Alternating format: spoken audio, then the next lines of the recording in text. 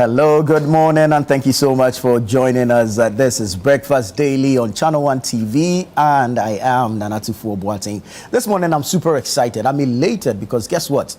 97.3 City FM is 21 years old, and it's amazing. It's a wonderful journey.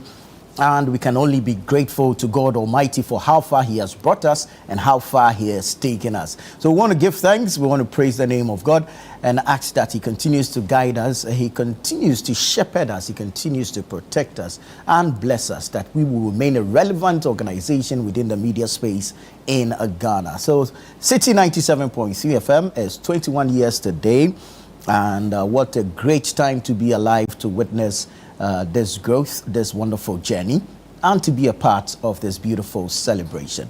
Congratulations to everyone that has contributed to the growth of the brand. And we say thank you to all our listeners, all our stakeholders, all our audience, all our partners, and of course, everyone else that has supported us grow this far. Thank you and congratulations to all of us. Happy anniversary to all of us, all citizens, all right? That's how we like to call ourselves, all citizens. Thank you so much. All right, that said, let's remind you of the Agri Fair, which is happening from the 28th to the 30th of November 2025 at the Afua Sutherland Children's Park here in Accra. It's from 10 a.m. to 6 p.m. each day. We are calling all farmers with fresh farm produce, all livestock producers, all poultry farmers, all fish farmers, if you're into agri business, agri input, agro products, agri machinery, agri equipment, agri technology, agri innovation. This is a platform for you. Come to the Afua Sutherland Children's Park and exhibit your technology, your produce, your innovations, whatever it is that you have, to the rest of the world. The whole of Ghana is going to be there, so you should be interested in registering to participate. Now, to register, it's simple. Call the number 0558 973 973, 0558 973 973, and be part of the Agri Fair. This is the November edition, and we ask that you come with enough money for your Christmas shopping. Come and buy your veggies, come and buy your fresh chicken, come and buy your, your meat, There'll be Nani, Nani. Nani will be there. Yeah, come, let's buy plenty and go and stock our fridges for the Bronya season. So we want to see you there. Afua Sutherland Children's Park, 28th to 30th of November 2025. It's going to be big. It's going to be a huge event. And for patrons, it is absolutely free. All right? All you got to do is show up and shop. No wahala, no biggie. There will be some entertainment for you as well, and you're definitely assured of your affordable prices as well as your sizzling grills. There's going to be some amazing grills there, so you should be part of the Agri Fair. Come, let us buy Ghana, let us eat Ghana, let us consume Ghana, and let us grow Ghana. Call us 0558 973 973, 0558 973 973. We want to say thank you to all our sponsors, the IDH Group, Horticulture Business Platform, DBG, that's Development Bank Ghana, Legacy Crop Improvement Center, LCIC, and Gersal. I want to say thank you to all these amazing organizations for sponsoring the Agri Fair, which of course is brought to you by Channel One Television with support from 97.3 City FM. All right.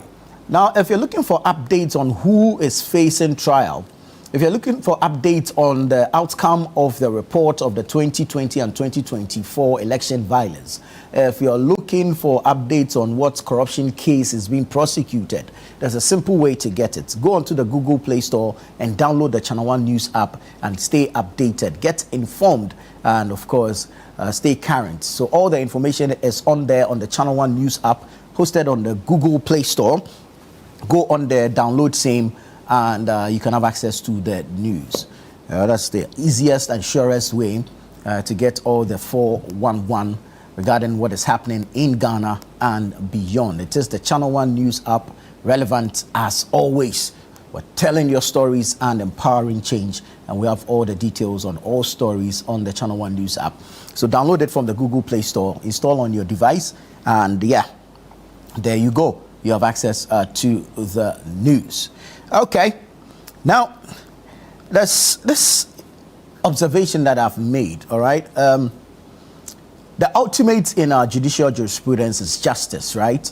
But now it appears there's justice, there's punishment, and there's drama. And I'll tell you why. Recently, the president had cause to engage with the CJ, Attorney General, and other stakeholders regarding the Auditor General's report and how swiftly he wants matters in there prosecuted, which is a step in the right direction. My only worry was the non-inclusion, or if you like, non-invitation of the Speaker of Parliament, because the Public Accounts Committee is a function of Parliament. So perhaps the Speaker should have been in there so we can see how to fast-track the prosecution of some of these cases. Now, I'm drawing a link from there to what we are seeing over the period. The arrest, and then, of course, the bail conditions that have been set, and all the drama that unfolds regarding these things. What Ghanaians want is justice. What people who have squandered or misappropriated or stolen our money deserve is justice. And by justice, jail term or recovery of the money stolen. So when it appears that we are setting bail conditions as a form of punishment for accused persons or for suspects, I worry a little. Our focus should be fast-tracking some of these cases in order to have justice served for the people. So when it appears as though we are putting outrageous bail sums on suspects, we're giving bail conditions that will keep suspects or accused persons behind bars for more than 3-4 days because they are unable to meet these conditions, it's just drama for me. And it's just a way of weaponizing the bail system or the bail policy to punish such suspects. And at the end of the day, we don't see the end of the prosecution itself. We don't see an end to the case. The case will drag forever. In other jurisdictions, such high-profile cases won't take too much of a time. Speedily, expeditiously, it is adjudged. And then we know who is being set free, who is being jailed, who is being punished. But now it looks like we're using the bail as a form of punishment, and then you hear supporters say this, opposition people say this, government people say, it's too much. It's too much. Let's expedite the cases rather. You get it? Mr. CJ, we know that your vetting is yet to happen, but at least let's expedite the cases so that we can see an end of some of these things. And then, of course, the certainty of punishment serving as a deterrent, that effect will kick in. You get it? But if people know that, oh, this case will travel, another government will come, will file nolli prosequa, and that's it. Then there's no need setting all these high bail sums and detaining people because they are unable to meet bail conditions and all that. I think it's just too much drama. It's just too much drama. Let's prosecute the cases and let's see an end to it. Period. Shalom. Right. Thank you so much for choosing us this morning. Let's get into the newspapers. I'll start off with the Daily Graphic. Front page says 2020-2024 elections violence. 21 culprits face trial. 15 deaths, 39 injuries recorded. Just as I was saying, this matter is from 2020 and 2024. All right. So from 2020 till now, that's 5 years. Not a single conviction. But lives have been lost. People have been maimed. Property destroyed. Families broken. Not a single conviction. But we are being told 21 culprits face trial. Just imagine, 15 deaths. 15 Ghanaian lives lost. Until date, not a single conviction. So this is the challenge I have. We need to expedite the process, so that the punishment will serve as deterrent to others. Anyways, 2020-2024 elections violence, 21 culprits face trial, 15 deaths, 39 injuries recorded. That's according to the Minister for the Interior, Muntaka Mohammed Mubarak, who addressed the press yesterday. Professor Aaron Michael Kwe is here, and he says Graphic has paid dues to national development. Graphic has paid dues to national development. 12.16 billion cedis MDA payment claims rejected. Verification window opens until November 7. 12.16 billion cedis MDA payment claims rejected. Verification window opens until November 7.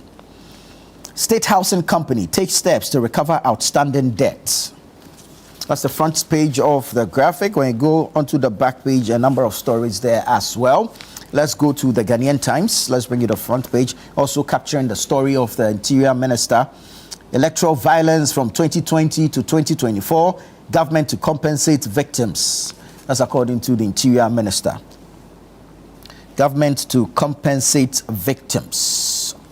Integrate internal auditors into GIFMIS. That's Professor Atuguba speaking there. Global cooperation crucial to curbing illicit financial flows. That's President Mahama. Global cooperation crucial to curbing illicit financial flows. That's President Mahama speaking. Rice farmers renew call for adequate investment in local production. Rice farmers renew call for adequate investment in local production. As for the rice issue, it is huge, it is big, and it deserves immediate attention and intervention because our farmers cannot continue to toil, cannot continue to break their backs, cannot continue to suffer and grow all this rice and no available market. And the one with the biggest purchasing power, that is the state, is not investing in same. It's heartbreaking for the farmers. If you see the kind of work that they put in, it's heartbreaking. Anyway, soldiers accused of assaulting civilians at Basionde. Soldiers accused of assaulting civilians at Basionde. So that's the front page of the Ghanaian Times. Back page says, dredging of Odo River, other flood-prone areas in Accra resumes. Dredging of Odo River and other flood-prone areas in Accra resumes. So that's on the back page of the Ghanaian Times, and you can see some pictures of some ongoing flood mitigation projects. Beautiful. It's what we love to see.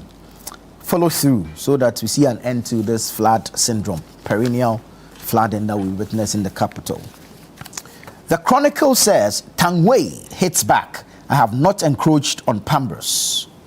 Tangway hits back. I have not encroached on Pambros. So this has to do with the Chinese national who is developing a portion of the Pambros Salt Company land, an area where the company accuses the Chinese of encroaching on their land. Well, the Chinese man is saying that he has not encroached. All right. Madness in the name of revenge. A Heat resident attack police station, beat suspect unconscious, set car ablaze. We are not in a jungle state where people will take the law into their own hands. The IGP needs to take another look at this issue. Where people feel they are aggrieved and so can storm a police station, demand the release of a suspect, begin to vandalize the station, destroy anything in sight, attack police. Ghana. Anyways. Galamsey violence. Esutify North MP granted 150,000 CD bail. Galamsey violence. Esutify North MP granted 150K bail. Minority censor ministers for failing to answer parliamentary questions. Minority censor ministers for failing to answer parliamentary questions. Our scripture for today is from Ezekiel 7:23. Make the chain, for the land is full of bloody crimes and the city is full of violence. Make the chain, for the land is full of bloody crimes and the city is full of violence. Ezekiel 7:23. May God bless the reading of his word. Let's go to Daily Guide. Daily Guide. 2020-2024 election violence. Police, military linked to 7 deaths. 2020-2024 election violence. Police and military linked to 7 deaths. Then you have a parliament and media must deepen collaboration. That's according to the speaker. Parliament and media must deepen collaboration. That's according to the speaker, Alban Bagman. NPA extortion case. OSP freezes over 100 million cedis assets. NPA extortion case. OSP freezes over 100 million CD assets. AG files Wontumi Galamsey trial papers. AG files Wontumi Galamsey trial papers. Akufo-Addo EU delegation discuss development. Akufo-Addo EU delegation discuss development. All right, that's the front page of the Daily Guide. Let's go to the news center. The news center. 15 dead, 40 injured in 2020 and 2024 elections violence. 15 dead, 40 injured in 2020 and 2024 elections violence. Controversy over clearance of Bosomwa Forest for Nursing School. Controversy over clearance of Bosomwa Forest for Nursing School. Use brokers for fair deals, faster claims. IBAG president. Violence has become a cultural reflex in Ghana. That's according to Professor Ken Atefua. And then you have Pambros claims crumble. Lands Commission documents confirm Tangway lawfully acquired land. Okay. Pambros claims crumble. Lands Commission documents confirm Tangway lawfully acquired land. So that's the news center for today. Let me take you to the Ghanaian publisher. Ghanaian publisher says Pambros dispute. Lands Commission confirms Tangway's ownership. Baumia's sacrifices can't be ignored. It says it's an MP speaking to NPP. So when you get a copy of the Ghanaian publisher, you know which MPP or which MP is speaking to which delegation or which constituency in the MPP. CID takes over Naimos assault case. And then you have minority accuses ministers of disrespecting parliament. That's the Ghanaian publisher. Let's do the new publisher. The new publisher says MP dragged to court over mob assault on soldiers. MP dragged to court over mob assault on soldiers. Anodompre fires absentee ministers. Anodompre fires absentee ministers. OSP explains case against Hamid and Co. OSP explains case against Hamid and Co. Pambros lands saga. Lands Commission confirms land belongs to Tangway, not Pambros. So that's the new publisher. The custodian is here. I'm protecting my land at Pambros. That's Tangway, the Chinese national speaking. GJA demands answers on Ahmed Swale case.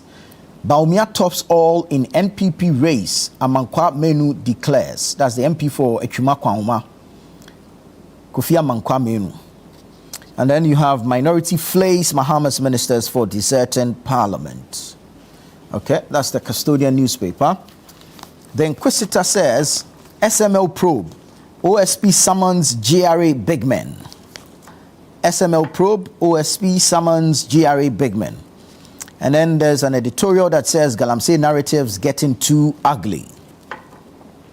Then you have the 13th commemorative Adua for Aliu Mahama on November 16, 2025. 13th commemorative Adua for Aliu Mahama on November 16, 2025. Ghana's economy has stabilized. That's according to the Vice President, Professor Nana Jane Opoku-Agyeman. So that's the Inquisitor newspaper. Finally, I'll do the Informer. UK's Telegraph blackmails Ghana over Ofori-Atta, incites the West against Mahama.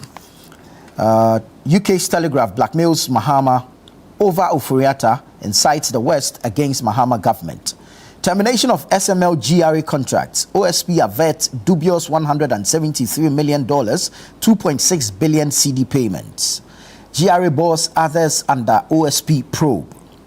NDC's Galamsey promise haunts government as Naimos faces resistance. And then cybersecurity bill threatens free speech. That's according to the Ghana Journalist Association. I want to bring you the Herald. The Herald newspaper says Agyeman Menu and Okoboy's $100 million evil at Health Ministry out. Agyeman Menu and Okoboy's $100 million evil at Health Ministry out. Police and military linked to 7 deaths in 2020 and 2024 elections. Mahama orders forensic audit into $245 million All-Africa Games expenditure. Ambassador Victor Smith courts American investors with Ghana's economic renewal. Indian businesswoman secures orders against Ghana Web in defamation case. And injured worker drags a Domod aluminium to court. Injured worker, I beg your pardon. Injured worker drags a Domod aluminium to court. So that's the front page of the Herald newspaper. Go to a newsstand near you and you can get a copy of the Herald. All right, let me take you online and bring you some stories from there. This one says, stay away from anti-Galamsey operations. Inus Afuseni tells politicians. This is from channel1newsonline.com. Stay away from anti-Galamsey operations. Inus Afuseni tells politicians. When you go to the Western region, you have oil and gas. Oil and gas sector must drive jobs and innovation for locals. That's according to the regional minister. I'll return to Parliament. I have unfinished business. That's the former English Yamamfro MP. President Mahama swears in new RTI commission. PFJ lacked clear targets and sustainability. That's according to the Feed Ghana coordinator. Feed Ghana program key to government's economic transformation agenda. That's according to Dimoji. CAG urges introduction of quota system to regulate rice imports. Flag bearer race. Impoho NPP chairman urges delegates still support Baumia. Government to revoke petroleum agreements on inactive blocks. That's according to the energy minister. A+ drags Abnor Sayasari to speaker for her removal as PAC chair. Mahama orders forensic audit into 13th All-African Games. Naimos attack exposes political class failure in Galamsey fight. That's according to Apenyo Makin. And Bagbin directs clerk to assist police in investigation of Esutufi North MP. Now, let me quickly take you to citynewsroom.com. Citynewsroom.com. We won't allow mining in Bompata. Residents warn. We won't allow mining in Bompata. Residents warn. BOG finalizing capital rules and framework for non-interest banking rollout. Esutufi North MP barred from leaving Accra, granted 150,000 CD bail. 2,500 cervical cancer deaths recorded in 2024. That's according to the Deputy Health Minister.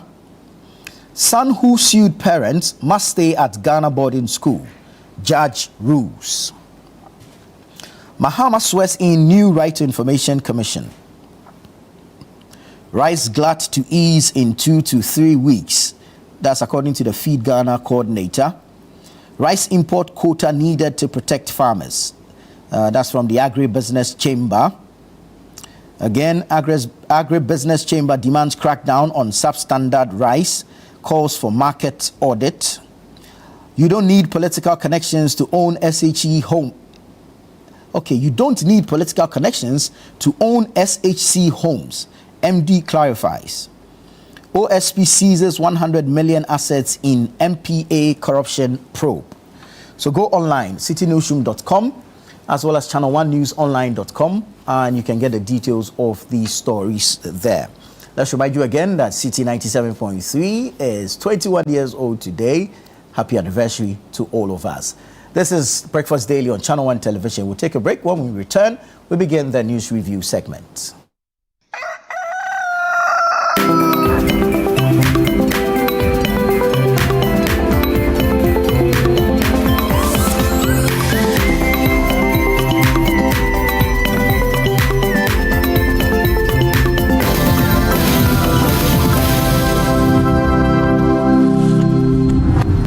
This November, Something amazing is coming to Accra. Are you a farmer with fresh produce? Are you into fish farming, poultry or livestock? Then get ready for the November edition of the AgriFair 2025. Yes, AgriFair 2025. It's happening on Friday the 28th to Sunday the 30th of November. It's happening at the A4 Sutherland Children's Park, and it's 10 a.m. to 6 p.m. each day. It's the ultimate weekend marketplace. From fruits and vegetables to poultry, livestock and fish to agri-inputs and processing machinery, all at unbeatable farm gate prices. Whether you're selling or buying, this is your chance to connect, trade and grow. Enjoy the freshest farm produce, sizzling kebabs, and a vibrant marketplace atmosphere all in one space. Register now and secure your spot. Call 0558-973-973 for more information. AgriFair 2025, where culture meets innovation.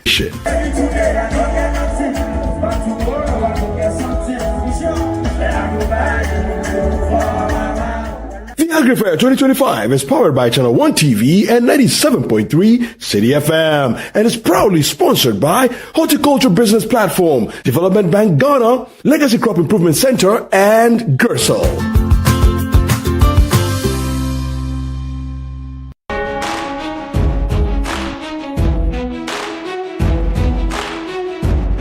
Coming soon from GH Media Productions is So So. Abstain. Why abstain? I have been seeing through your shenanigans all night. I thought I told you that I didn't want to see that girl in this house again. A mixed bag of emotions and incidents, Ghanaian family and intergenerational drama. Some not so good. That boy, that womanizer. You are old enough. I would like you to man up. In other cases, not so bad. So does he see in her that he's not seeing in me? Look at me. Eugene and Anekia made a choice. You won't believe what Pam and Anekia have done to me. Watch out for So So, a brand new series from GH Media Productions, showing on Channel 1 TV. We made it 1, 2, 3, and now 4. Ladies and gentlemen, get ready for a night of rhythm, culture, and pure Ghanaian energy. Inchin Band is back. And this time, it's bigger, louder, and more electrifying than ever. It's the Inchin Experience, the Avivi edition. Happening live on the 14th of November 2025 at the National Theatre. Showtime 8 o'clock p.m. sharp. Featuring Lucky Mesa, Famiye, Na Ajaman, AEC, Lexi the Comic, Kwame Bringer, and TM Music. It's going to be a night of unforgettable music, laughter, and culture, all on one stage. Tickets going for 150 Ghana cedis. You can dial *920*126*2# to grab your tickets now. For more enquiries or information, call 0503-127-463 or 0541-690-409. This year's concert is mainly powered by AVV Foods, Ghana's fastest growing food brand, championing local produce and authentic homegrown flavors. Proudly sponsored by Center Point Mall, Verna Water, Boat, Zomo. Media partners. Don't be left out of this year's amazing experience. Come and let's have fun together. Inchin Experience, Ghana's rhythm, our legacy. Inchin Experience. Feel the music. It's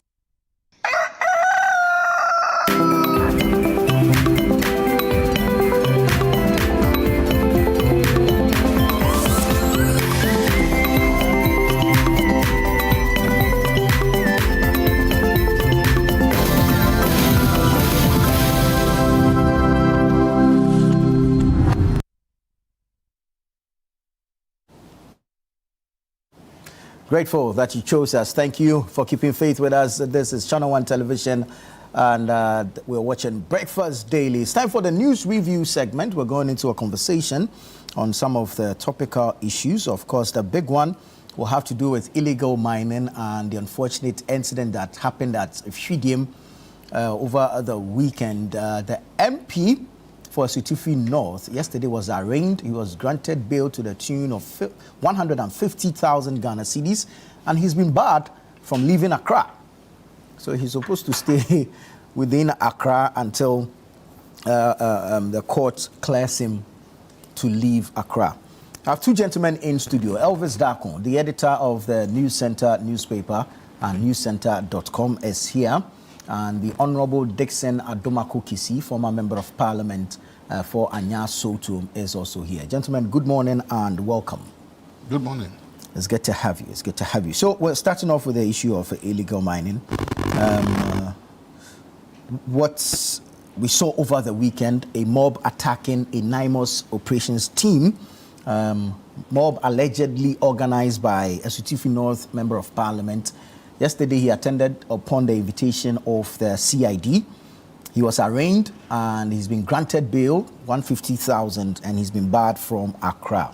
Honorable, let me pick your thoughts on this matter since you've been in the chamber. Ordinarily, when issues like this come up, the narrative that is thrown at us is parliamentary immunity. MPs are immune of what. So if you can give us some education regarding that. Okay. First of all, I think it's a good time to be NDC. Is it? In the sense that your bill amount is quite lower compared to the opposition. Most of the MPP, since they've been given bail of 10 million or more. But the crimes are different. Well, if you would allow me to proceed. Hearing 150,000 yesterday was a shocker. Though that looks like an appropriate amount, but based on the trend, I mean, all the people who have been questioned under this administration for allegations, their bill hasn't been easy. Some have had to dissipate everything to meet their conditions. So first of all, I think for me that is troubling, and I'm hoping to hear from the courts because this is very unfair by way of standards. I'm not even going into the matter of what has happened, but I am deeply scandalized by the fact that for equally grievous sins, let me put it that way, because I'll come into it, the bill terms, and in fact, what strikes me as shocking also is the fact that within 8 hours, the bill and the agreement and everything was done, to the extent that this person was not, as it is, kept in house anywhere overnight. So it's magical. It's a good time to be an NDC member, and the state has made it clear to all of us that, you know, for different people, it'll be different strokes. Very well. Elvis, let me pick your thoughts on this. If politicians are seen to be meddling in the affairs of an anti-illegal mining operation, what picture does it paint for the fight against Galamsey? But this is not the first time, so I'm surprised the way we are taking this particular one. Because we saw videos where the task force was actually driven away from mining sites because the mining site is owned by an NDC chairman. And they said the task force did not have the right or permission to come to their site because their government is in power. These things, the videos are on social media. So I'm surprised that we are surprised about this. And for me, see, what is happening now is NDC's own making. How so? Thank you. It is NDC's own making because during the campaign to the elections, they went round, even to the mining pit, to promise Galamseyers that Akufo-Addo is the one that is arresting them. And that when NDC wins, they will be allowed to work. The flag bearer and now president even went further to say that those who have been jailed, he will free them because he believes that they are not the kingpins of Galamsey. and that the kingpins are NPP people who are working free. So when he becomes president, he will even free those who courts have jailed. This is the candidate of the NDC who is now the president of Ghana. So if you promise people that when you win, you allow them to work, and then they vote for you, you win, and now you are cracking down on their operations, they will tell you that's not what you promised them, and therefore they will fight back. And so the fight back from these illegal miners is as a result of the promise given them by the NDC. So for me, the NDC must take blame for what is happening. And they know that this is not the first time. It's only that this one seems to have happened in the police station, and it's like the crowd was a bit big. But we've seen earlier videos when NDC chairman and NDC officials drove NIMOS teams away from their site and said they will not allow them to come to their site because their government is in power. So you see, if you are even an illegal miner and you have been promised that vote for me, and when I come, I'll allow you to work, and I vote for you, you come and not cracking down on my operations, obviously I'll fight back. That's what you promised me. And therefore, we should understand clearly that these miners are fighting for what they have been promised. And that is what is going to haunt this government for a long time in this Galamsey fight. The MP, I'm not surprised, because see, if you look at the campaign for 2024, NDC in opposition was more resourced than the MPP which was in government. They had a lot of sponsorship. And as I've told you here, our politicians are largely sponsored by some of these Galamseyers. The MPs at the ground, a lot of their sponsorship come from these guys who are into this mining, many of them illegal. So obviously when they are arrested, they will what? They will be angry. And we even seen, since we were told that Yamin and Abanga are to be investigated, there's not any update. Yeah, it's been about 4 months now. It's not any update. We've seen Yamin at the function saying that people are hypocrites by saying that Galamsey should stop, and that Galamsey is the work of some people. The video is on the internet, and these are very powerful NDC people. These are very powerful people whose party is in government, and therefore the promise they make to people, they have to fulfill it. So the people who are into illegal mining will definitely fight back on grounds that that's not what you promised us. So for me, this is not the first video that has come public, and this will not be the last. Because the promises made to these people, for which reason they think they voted for the NDC, the promises made to them, which some of them actually financed the party. There was one of the NDC people who was on radio to say that these guys are the ones who financed their campaign. And now that they are being arrested, when they call many of the people who the money went to, they don't mind them. And the Yamin is the only person that they call, they will respond to them and try to assist them. And that is why people are accusing Yamin as being involved in Galamsey, and that he's only helping the people who helped them do the campaign. And now people seem to have neglected it. It's only Yamin who has been responding to their call. So if you listen to even the narratives of NDC people, even since then Mahama came to government, many of them have openly said that they receive a lot of support from these people, and that it's not right for you to go and be arresting them. In fact, the IGP's team that was disbanded, it took the chairman of the small scale miners. He was the one who told the whole public that he has information that the team has been disbanded even before the president will come and make the official announcement. You clearly, if you follow the narrative, you clearly realize that this development will not be the last, because these young people are giving promises, and they will fight to make sure that that promise given them is fulfilled, because this crackdown on them is directly opposite what they were told.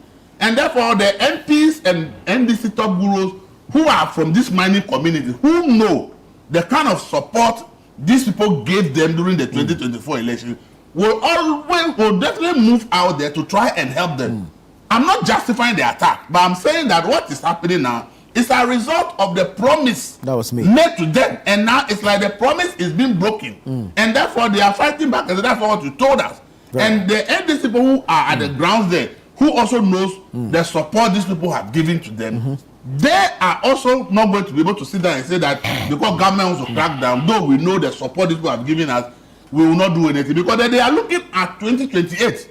that if these are the people who help us to come to power, and now if we sit down and aloof and allow the state to crack down on them, when it's 2028, how are we going to rely on these people? So this fight against Galamsey, I've always told that it's a complex thing because the interests in there are many and huge.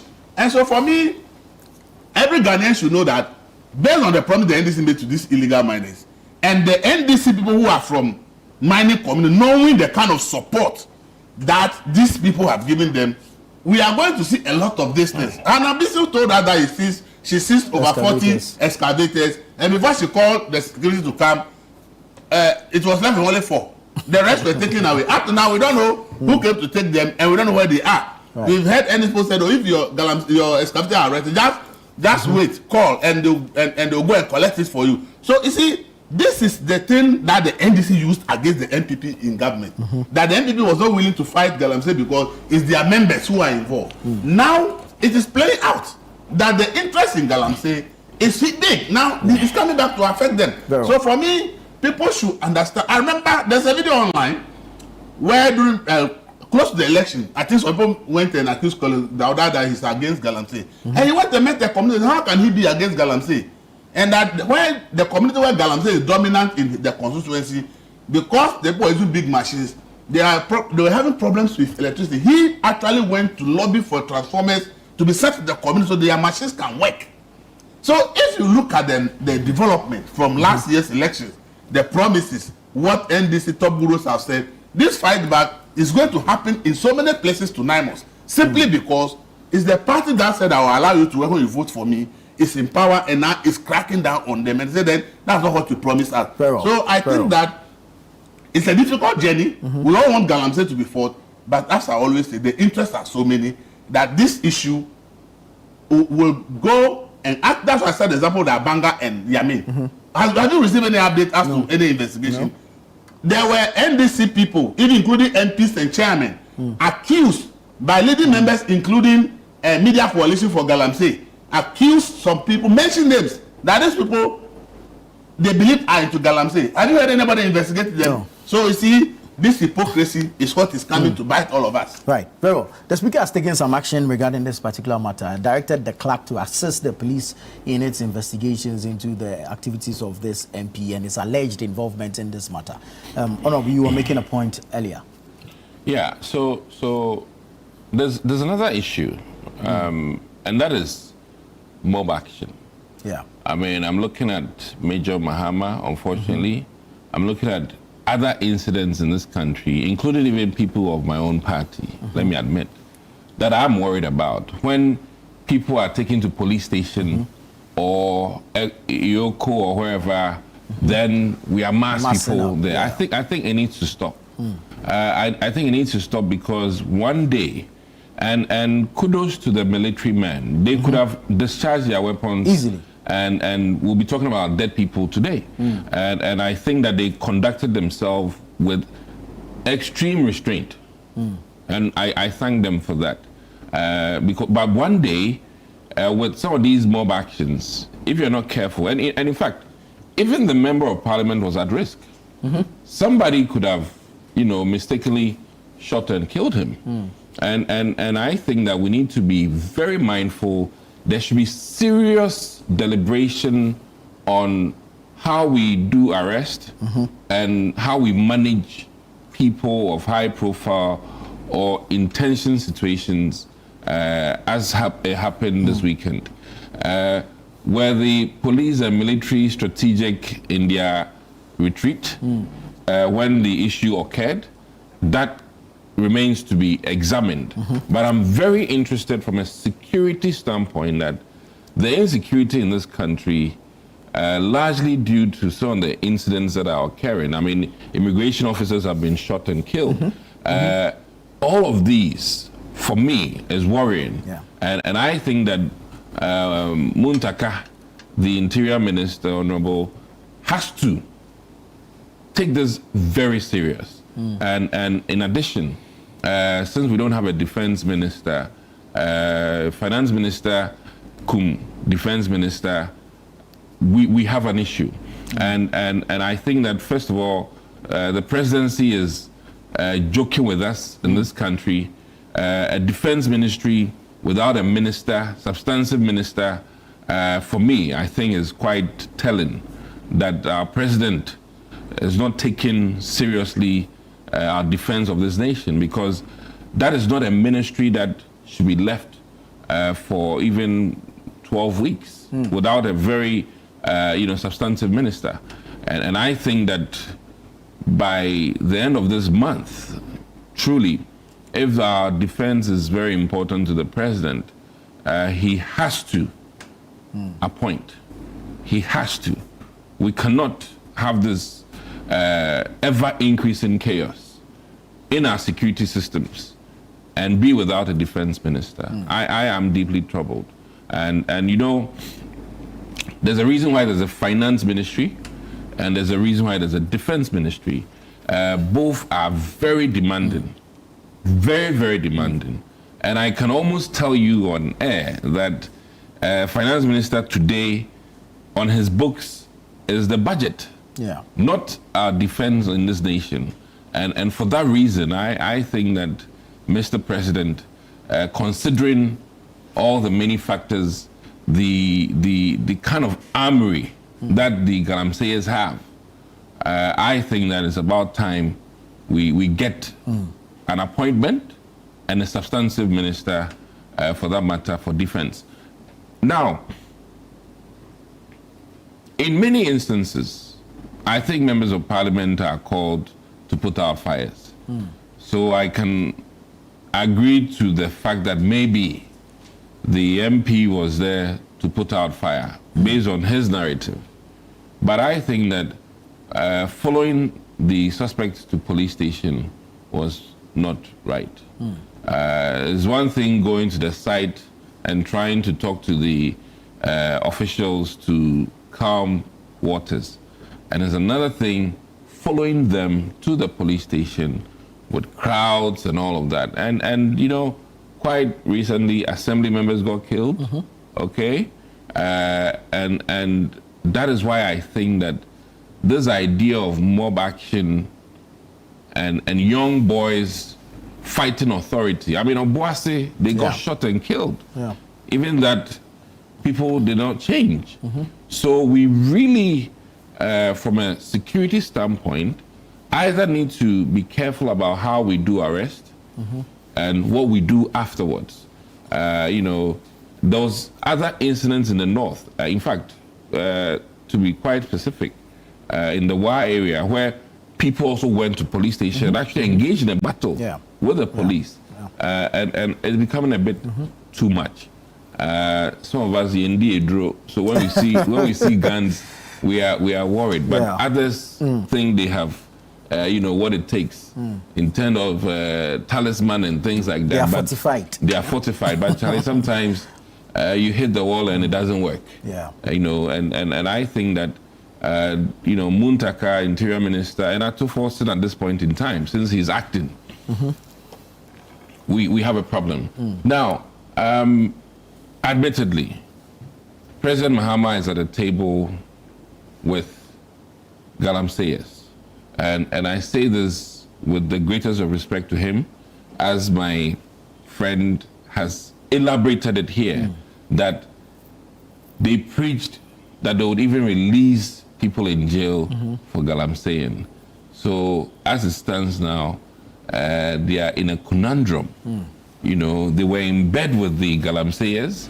They have to maintain their bed status with the Galamseyers, and they're in a conundrum. So how do you fight it?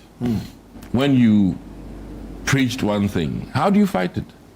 And all those, as it is, if I remember, the fight for Galamsey, demonstrations, it appears that those who were pushing the Galamsey fight agenda are now at Gold Board, who are furthering this. And I'm happy to see that Minority Leader Afenyo Markin is questioning, how do you determine that the gold collected at Gold Board is not from Galamsey side? How do you determine?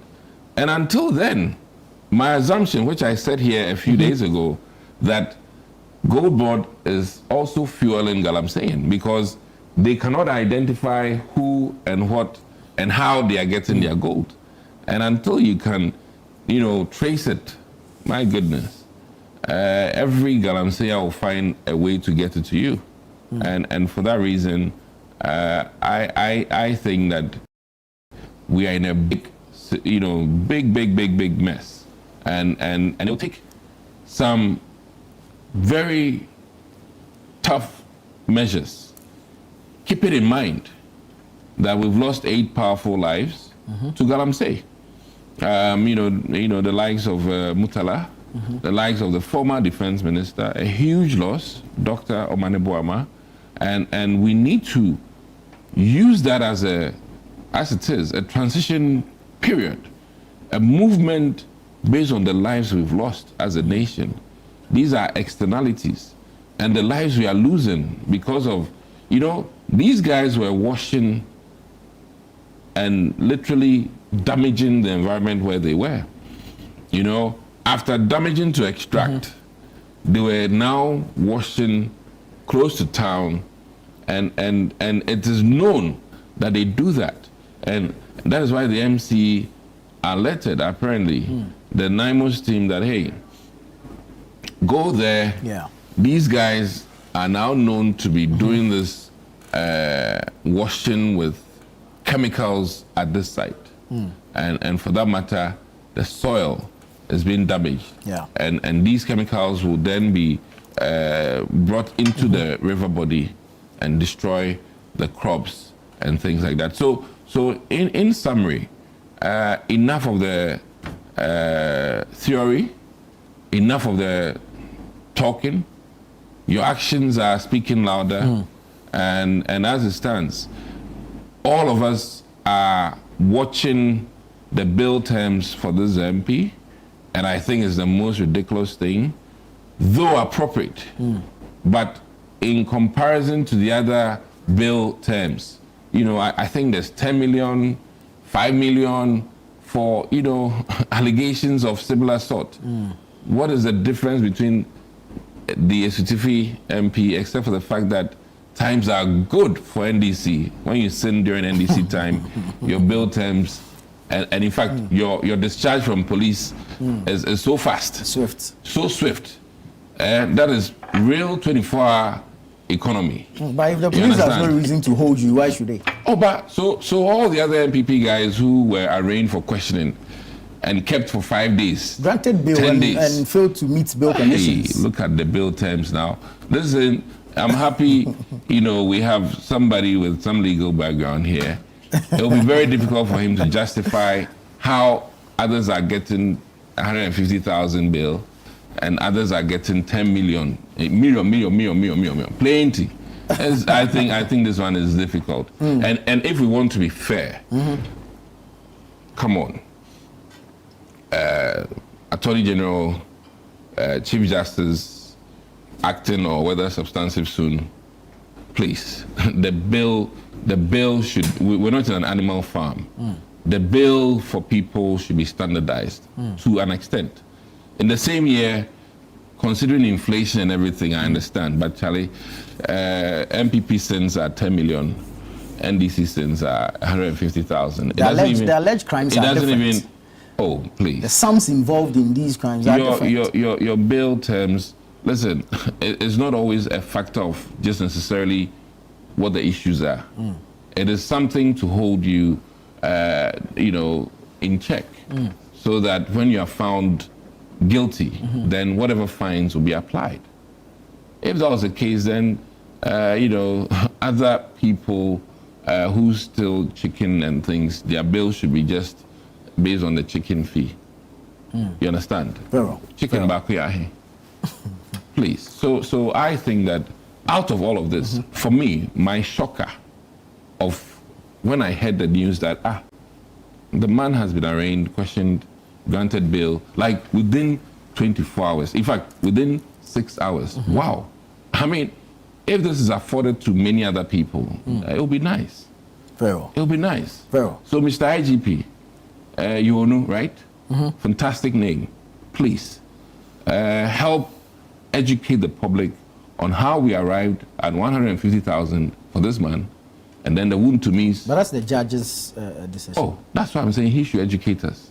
The IGP. And I even mentioned, I said Chief Justice. Chief Justice, Pharaoh. Okay. Acting. I also added the Attorney General because I think that if we want to be fair-minded, then the bail conditions and the arraignment and the processes should be the same for him, the same for me, whether under Mahama administration or Nana Dankwa Akufo-Addo's administration. And that is me being an ordinary Ghanaian and stating the facts that I'm troubled. And when you look at the bill terms, it's strikingly different.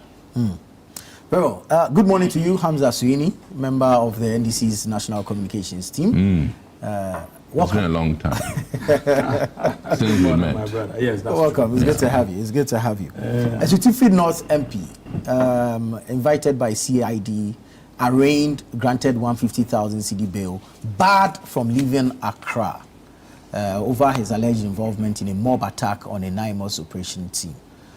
Quick thoughts.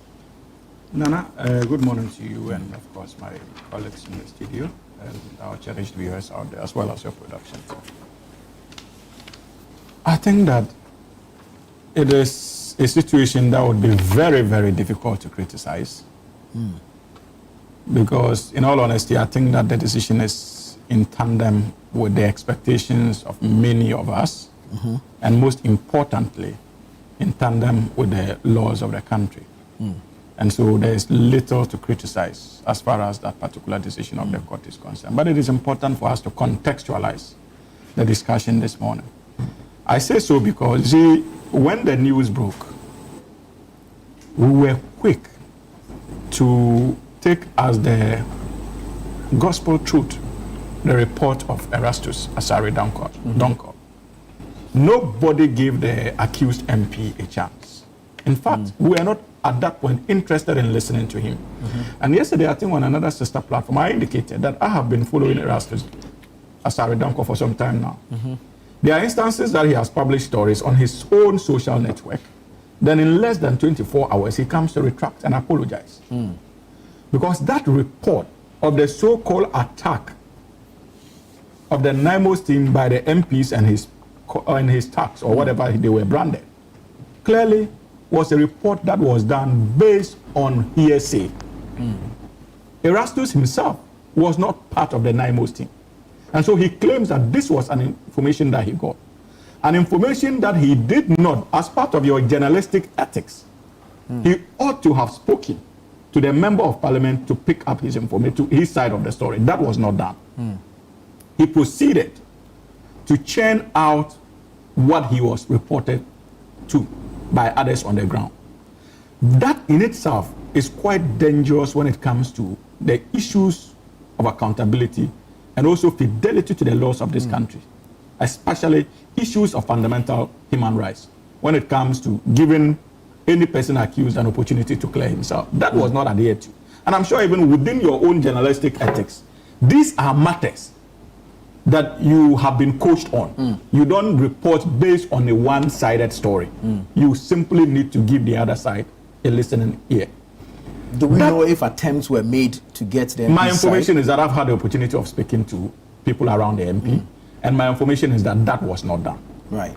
Has Erastus retracted his side of the story? No, I'm coming. I'm getting a point. It does the fact whether he Are we retracted here or about not. Erasmus or Wait, the matter? But he's building a point. Okay, I'm interested in the bill amount. Please, I'll get there. I'm not here to respond to your questions. I'm here to respond holistically to the issues before us.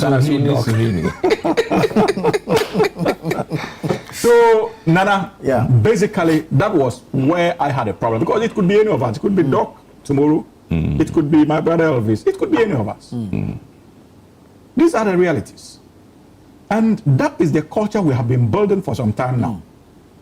Where some selected media men, undoubtedly the contributions of Erastus, as far as the Galamsey fight is concerned, can never be underrated. Indeed, I have been part of those who feel that, look, this is a guy who deserves a national honor when it comes to that particular crusade. You cannot discount his role. True. And we are grateful for that spirited defense. But in doing so, we must not also lose sight of the fundamental rights of Ghanaian citizens. So basic journalism. It is basic ethics of journalism that you listen to the other side. Because it was on the basis of that many of us proceeded to pass judgments on the gentleman.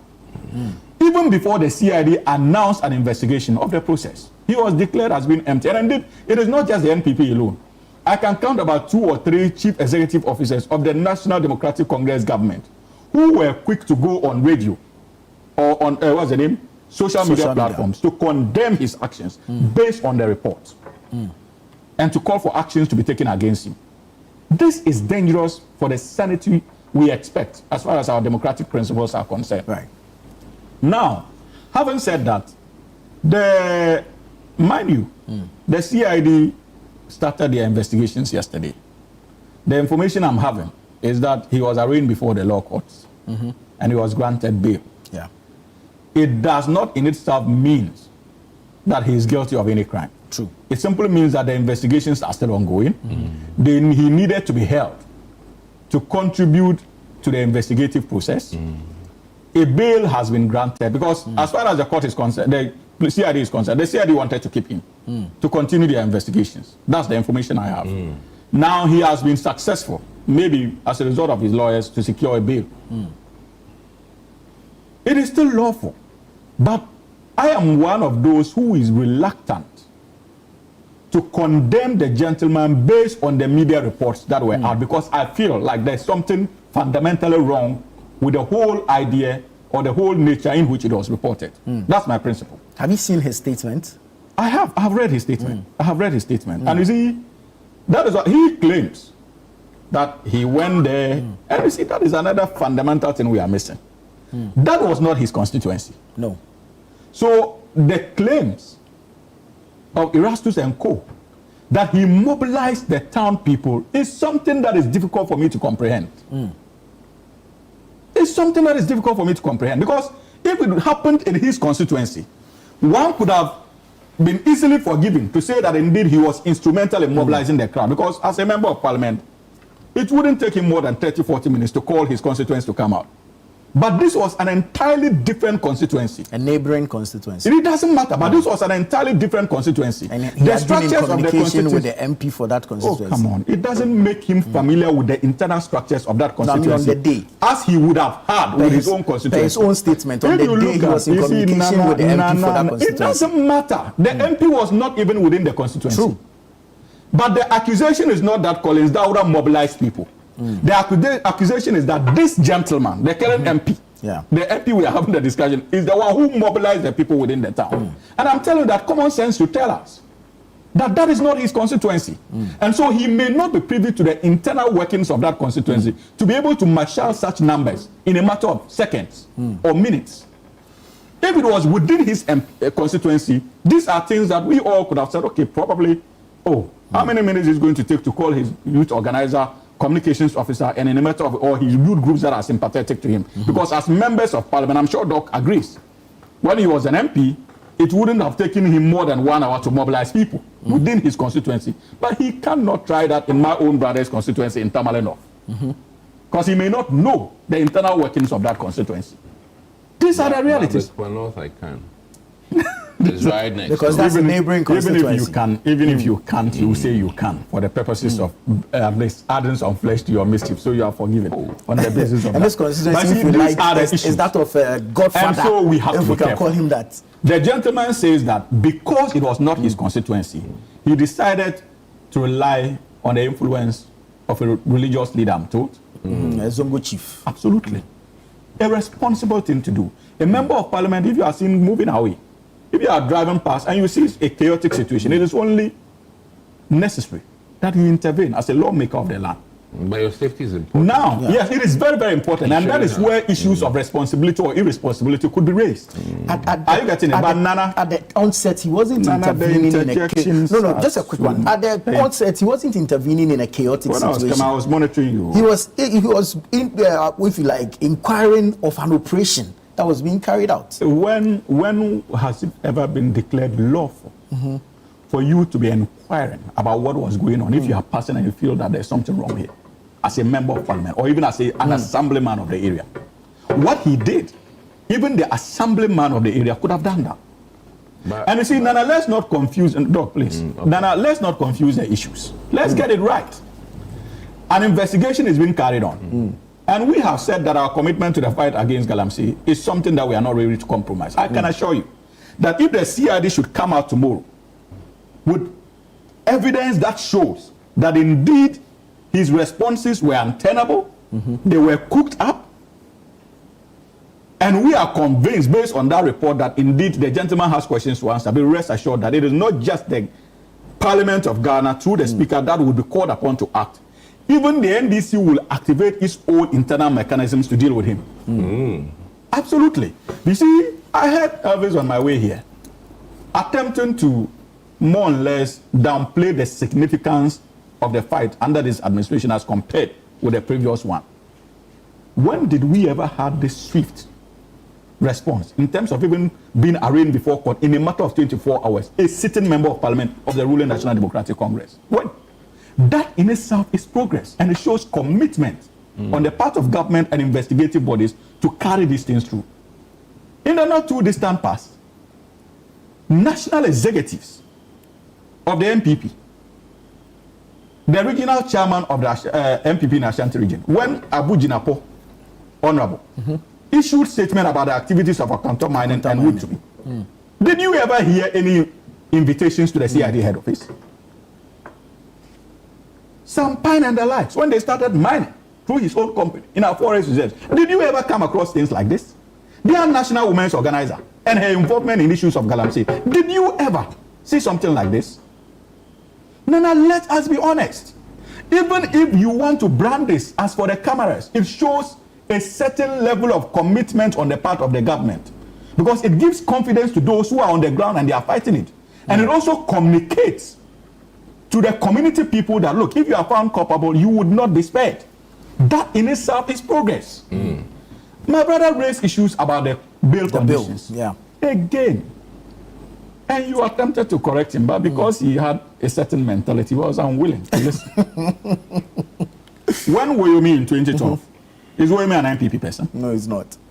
Under an NDC government, because of the quantums of money, because there are different angles of criminal law, because of the quantums of monies that were involved, his bail bond was in the region of about 54 million Ghana cedis, if you remember. Was that an MPP person? And it was under the same NDC administration. I'm listening. You understand?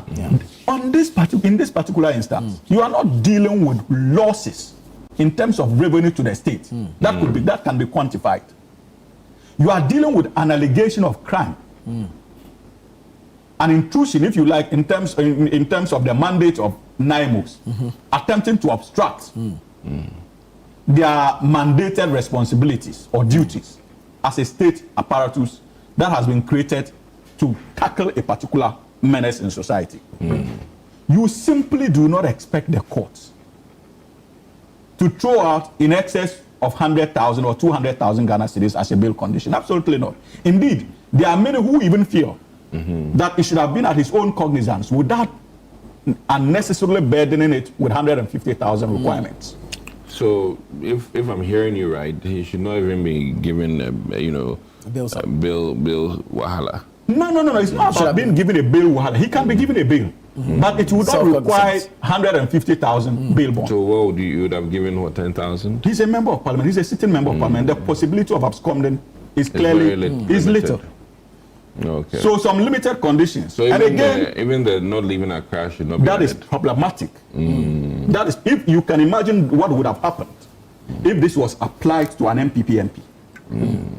And so that is the reason why the MPP should not be excited about the decision of that court in terms of that conditionality. We all must be unanimous in our condemnation of it. And it is a matter of principle, Nana, because if they do not stand against that particular condition, what it simply means is that a precedent is being set. And if tomorrow their MPs are given bail conditionalities, that makes it impossible for them to visit their constituencies, they would not be able to complain. Because the NDC would have comfortably said that, look, but it applies to our own person. And that is the reason why it is important for us to be unanimous in our condemnation, because I found it a little bit strange. If you say that he should not be allowed to travel outside the country, reasonable. But a sitting member of parliament with responsibilities towards a certain section of our people, and you are saying he should not travel outside Accra, when his home constituency is not Accra, is something that is quite worrying for me. But Nana, having said all these things, the fundamental issue is that, look, as a government, I have made this point severally.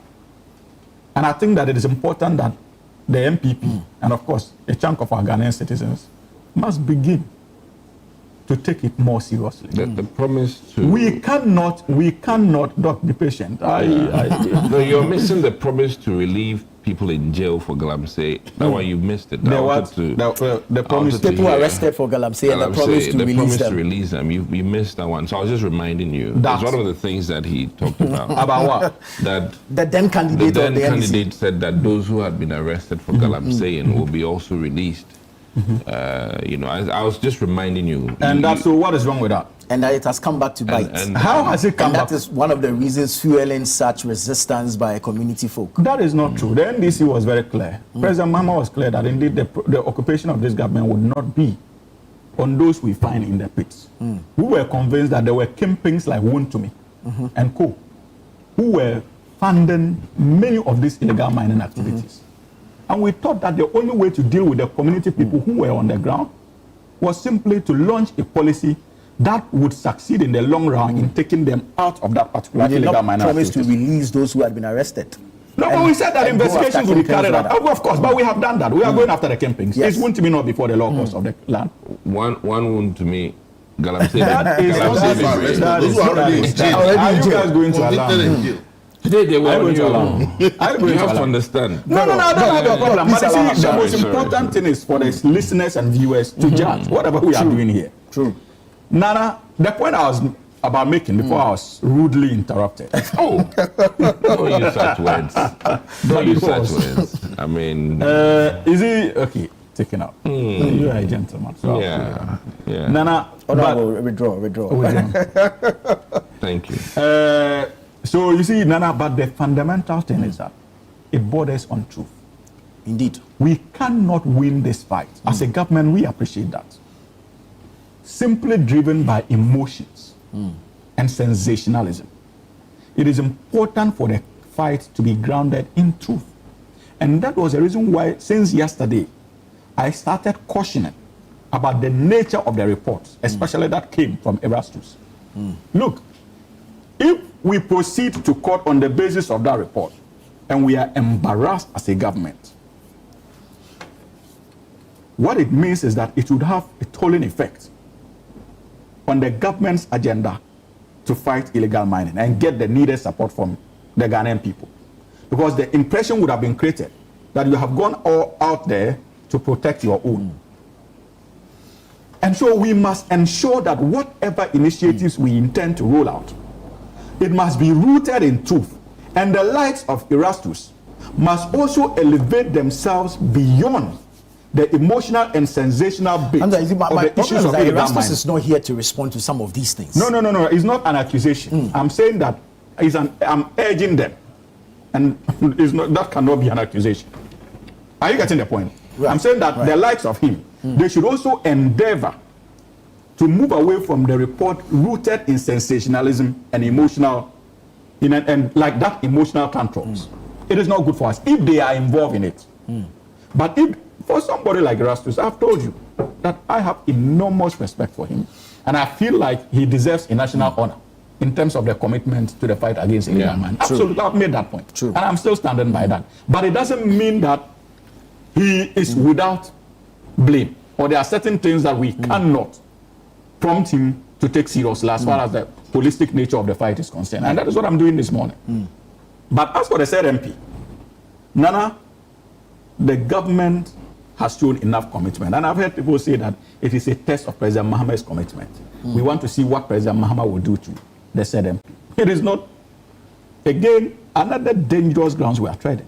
President Mahama is not the head of the Ghana Police Service. He's not the head of CID. He's not the Speaker of Parliament. If the gentleman was an appointee of President Mahama, those calls would have been rightly placed.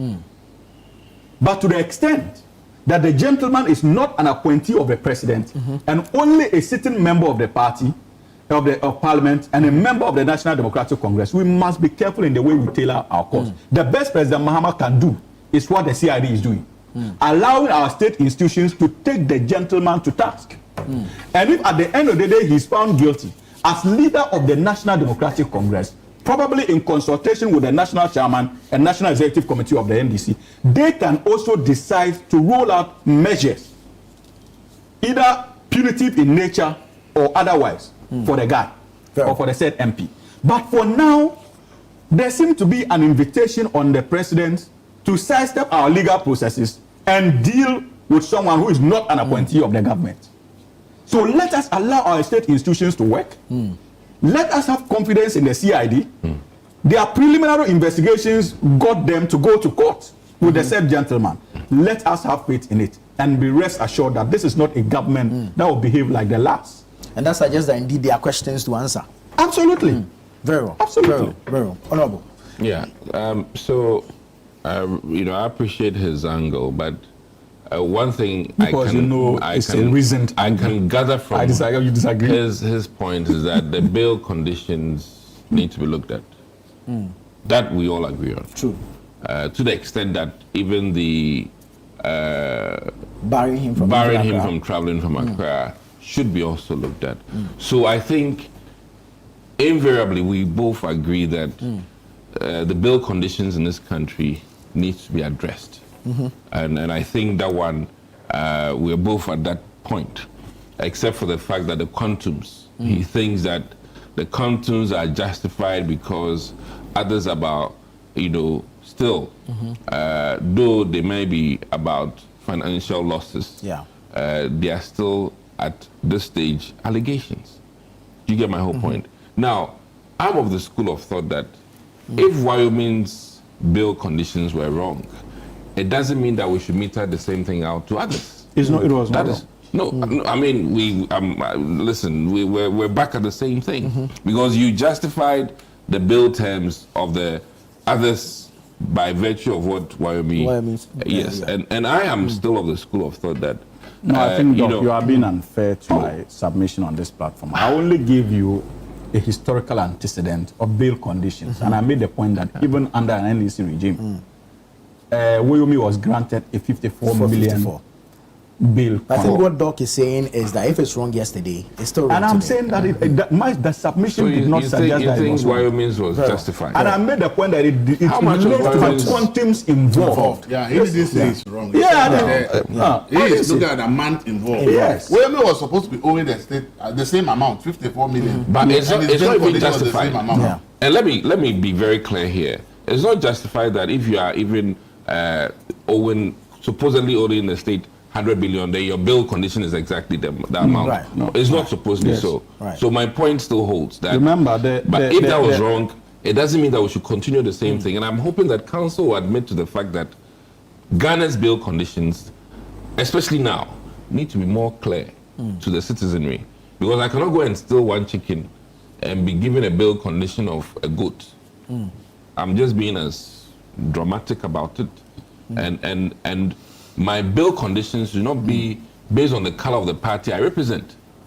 Neither should it be based on people's quote unquote. He was talking about sentiments here. If you want to be sentimental, when they did the Galamsey demonstrations, who was more sentimental? I think when government is nice and we talk anyhow, but admittedly, the issue is heavy on the NDC as it stands.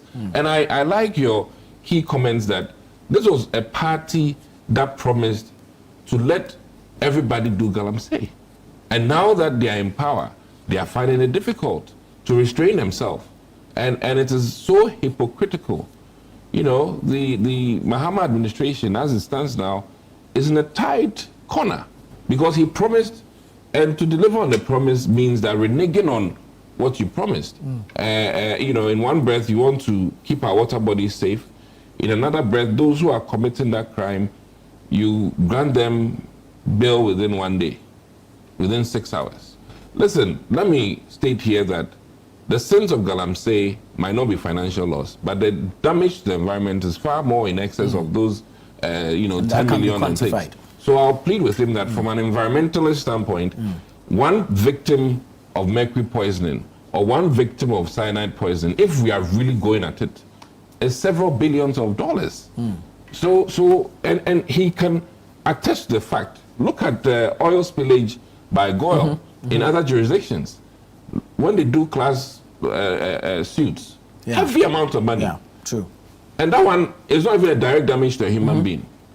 So please, if we are really considering Galamsey as a canker, a very serious issue, then I can respectfully conclude that the 150,000 tells me that we are not taking Galamsey fight seriously. Beryl, Elvis, briefly on this. You see, I sat here and talk about bail conditions and stuff like that.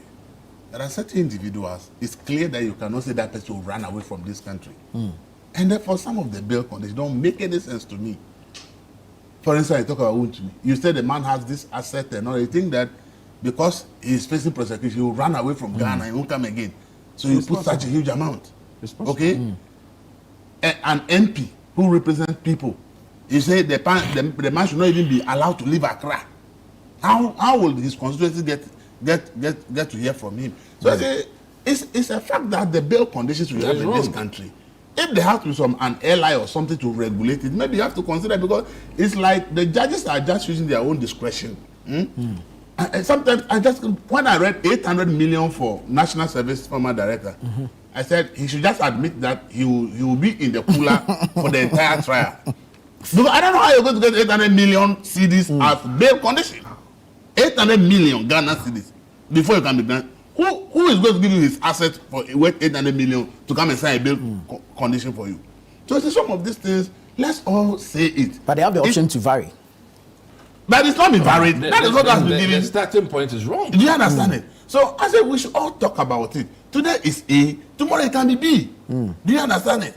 And this MP and all that we are talking about, bail on the same. Ask yourself, if this guy was an MPP MP, will he be granted bail on the same day? Is it so? So when we allow some fairness to come, it helps all of us. But then when we are, if A there is okay, it's B, then I want, no, we don't have to do that. Then the issue of President Mahama is not when he was saying that, I don't know his position when they were in opposition. But in opposition, they said every Galamsey is because Akufo-Addo is not committed. But today he said that we shouldn't blame President Mahama. Ghanaians should talk about the security agencies.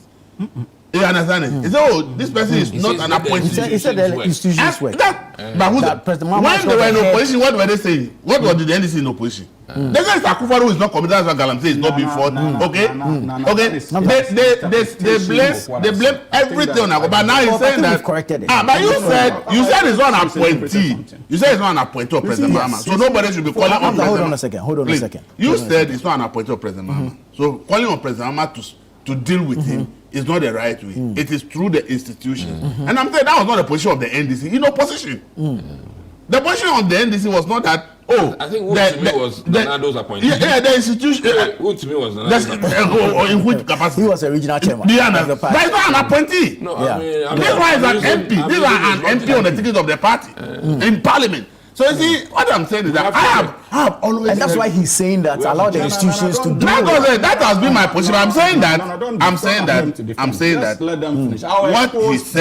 what he said that he had people calling on President Mahama, and that because President Mahama is not committed, he should act and all that. But he is saying that it's not President Mahama's responsibility.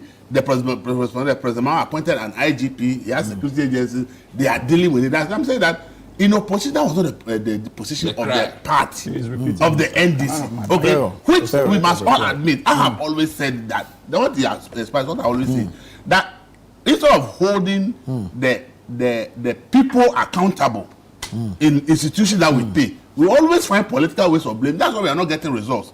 I agree with him, but I'm saying that his party in opposition, that was not the position they canvassed against Galamsey. They said blame Akufo-Addo for Galamsey because he is the one that is not committed, because it is his family and friends and appointees who are doing it. But so today people are calling President Mahama. It's the same bitter pill that NBC said. It's the same thing people are saying. But because now you are in government, you find it uncomfortable when people say President Mahama is not committed. Point made. Thank you. Hamza, I'll come to you. I need to take a break. Quick break. I'll come to you. I'll definitely come to you after the break. I need to take a break here. I beg you. Stay with me. I'll take a quick break. This is the news review segment on Breakfast Daily. Stay with us. We'll come back and we'll hear from Hamza.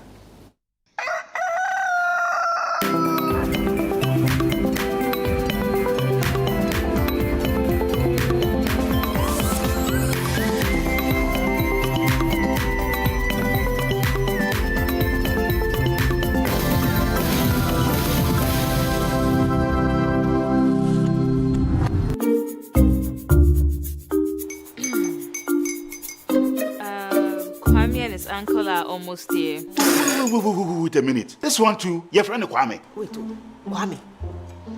As in the same Kwame again? Yes, Mommy. I'm the second coming. Into all this tension just to reintroduce that broke boy from Kaswa. Why would you deceive the family like this again?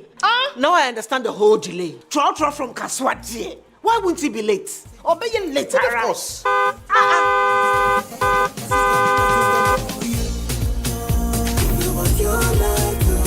Star 712 hash, star 712 hash. Yeah, you go feel the luckiest. Coffee from Georgia be luckiest. From not the cause she be luckiest.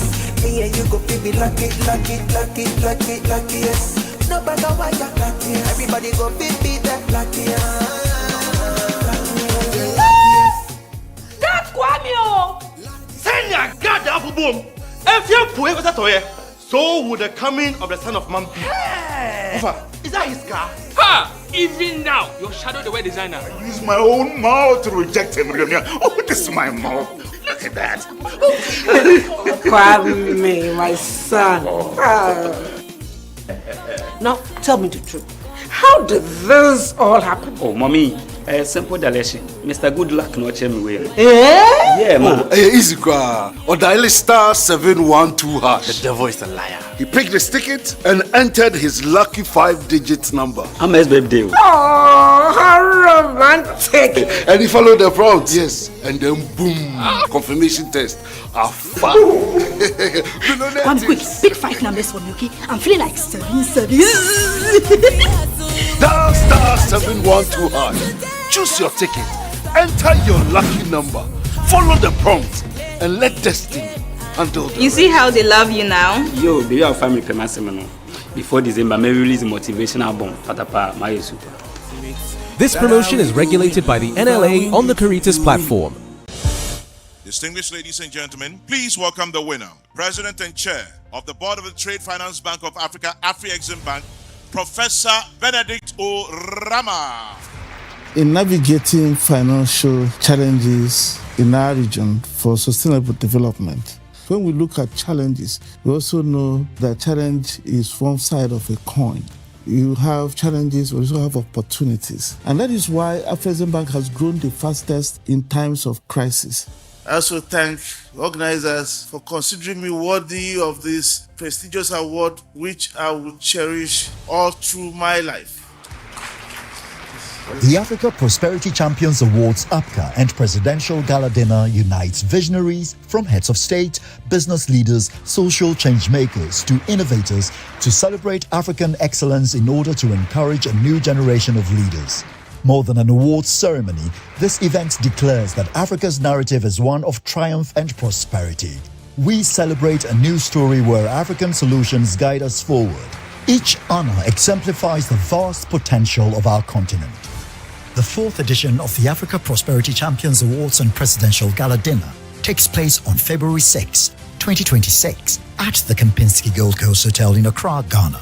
To attend, you may contact +233 536 098325 or send an email to protocol@africaprosperity.network. You may also visit africaprosperitynetwork.com for your tickets now.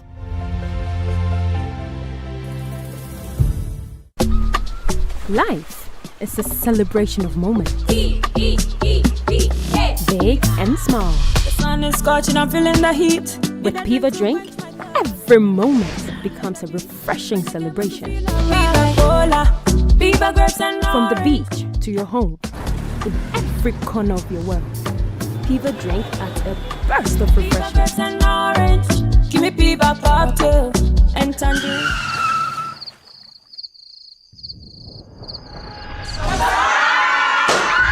Celebrate every moment with Piva drink. Refreshment for every occasion. Piva drink, a taste you will love. P for Piva. This advert is FDA approved.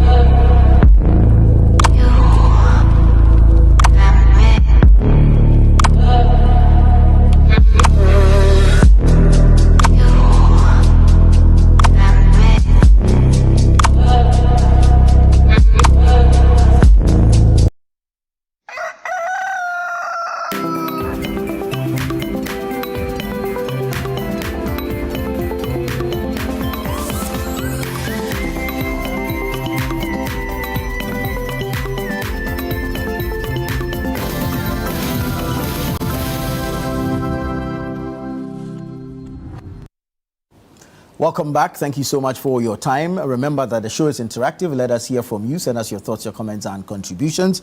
There's a message from Eric who says he's watching from Wassa, and he wants to know why the MP was granted bail so fast and others were kept in Yoko almost a week. The law is the law. All right. Hamza, yeah, back to you. I think that on this platform, what is important is context. And we should all try as much as possible in our submissions to listen to each other. When I made references to the president and the call on us to allow the CID's investigations to continue, it was precisely contextual. Because I gave the premise that indeed I had heard so many people call on the president to act and made statement to the effect that this is the test, or this would be the test of the president's commitment to the fight against illegal mining. I did not say that the president shouldn't be held responsible. Absolutely not. If the president conducts himself in ways that makes the Ghanaian people begin to question his commitment to the fight against illegal mining, they will be justified to do so. And that is not an attempt to distance the presidency from criticism. On the same table, when there were issues about the responses the president gave when he met the media, and there were certain issues that needed clarity, I was one of those who said that indeed the president needed to engage further to bring clarity to many of these concerns. I did not say that nobody should hold the president responsible. So that is why it is important for Elvis to have listened to the context in which I made. And I told him that it would constitute a dangerous invitation for the president to be seen sidestepping our state apparatus in terms of investigations to either clear or sanction this guy, like we used to have in the past, where the president was always quick to clear accused persons who were before state investigative bodies. And he did the same for the likes of Wontumi and Akonta Miner. Is that not an established fact? When his own minister responsible for lands and natural resources had issued a statement based upon investigation and was convinced that Akonta Mining and Wontumi were engaged in illegal mining activities, the president had to use a national event to clear Wontumi and Akonta Mining. Is that what is happening under this regime? And so if I call for a contextualization, don't say that we accuse the past regime and ask the question that was Wontumi an appointee. The submission I made was not just on the fact that this gentleman is not an appointee of the president. And I didn't even stop there.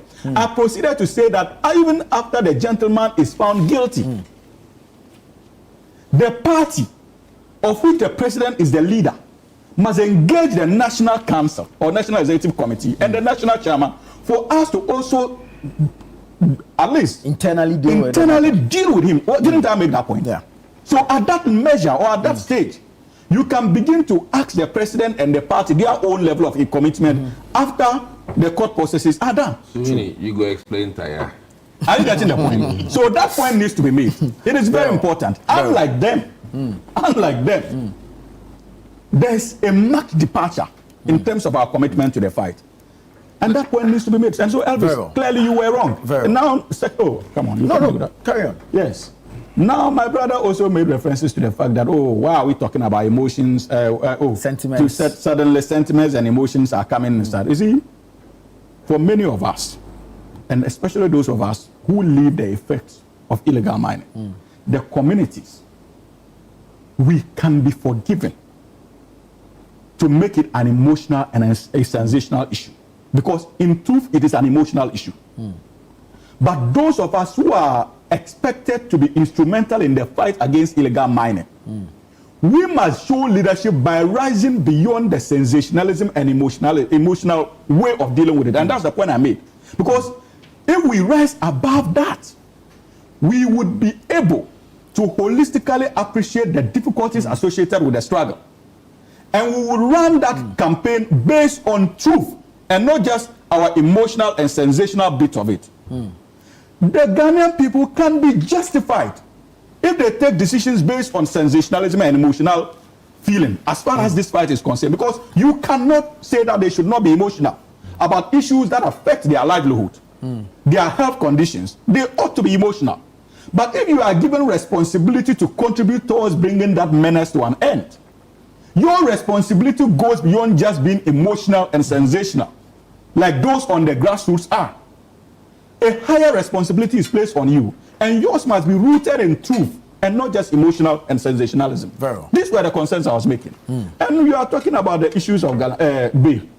I think that I made this point clear. When we are dealing with willful causation of financial loss to the state, the courts have a system, they have their systems in place in terms of giving out this, what do you call it, bail conditions. It has to be looked at. As to some, I agree. If you have, the law already addresses that. If you feel that your bail conditions are so onerous, please, there is an avenue for you to go to the courts. Make an application, either a repeat application or even go for an appeal. And there is evidence to that effect. When this gentleman was before the law court, shown to me himself, his lawyers made an application and it was reviewed downwards. In any case, it is not true that if it were to be an NPP MP, he would have been held for more than 24 hours. That statement by Elvis is not grounded in fact. It is simply based on an illusion. Is there any evidence to the effect that an NPP MP under this current dispensation has been held for more than 24 hours? Is there any such evidence? So why do you proceed on the basis of such an assumption? Unless, of course, you are making that extrapolation based on your knowledge of the previous regime of Nana Addo Dankwa Akufo-Addo and the NPP, and you are convinced that because they would have done that, this NDC would have, this NDC would also contemplate that. And finally, Nana, he is not. He is a member. He is associates with you people. So let's respect. Don't say that. Elvis is a sympathizer. Have you seen his party? Elvis would not deny. Elvis would not deny. No, but let me wrap up. When I came in, I knew that I was coming. It was going to be one against. Elvis is a neutral person here. Nana. Bear that in mind. Please, Nana. And this is very important. So it is not accurate that if it were to be an NPP person, it would have been different. Indeed, the likes of what's his name, their former running mate, Dr. Matthew Opoku Prempeh, they have gone before investigative bodies. They have been granted bail and they have walked out. Have you heard any noise about it? A number of them. So it is not accurate. We would have dealt with the NPP people differently. And Elvis, it is important, especially because of the profession he finds himself. I think that it is in our interest if your arguments are rooted in facts and purely not on assumptions. And I have a problem with these assumptions. Thank you, Hamza. Finally, let's move on. If the debate is to be on a party and a president who is committed, I think that the result is not far-fetched. Point well made. Thank you.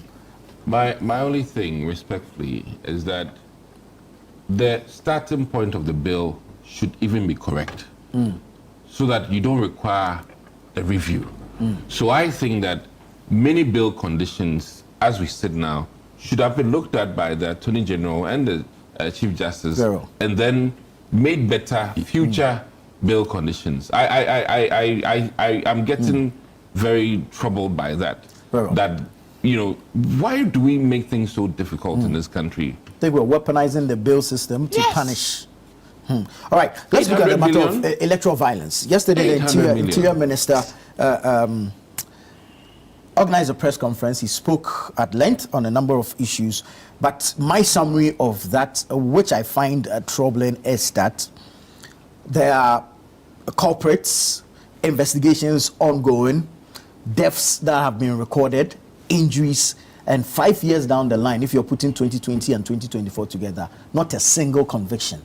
And I find that it defeats the principle of, if you like, the certainty of punishments serving as a deterrent. And so we're going to see more in subsequent elections.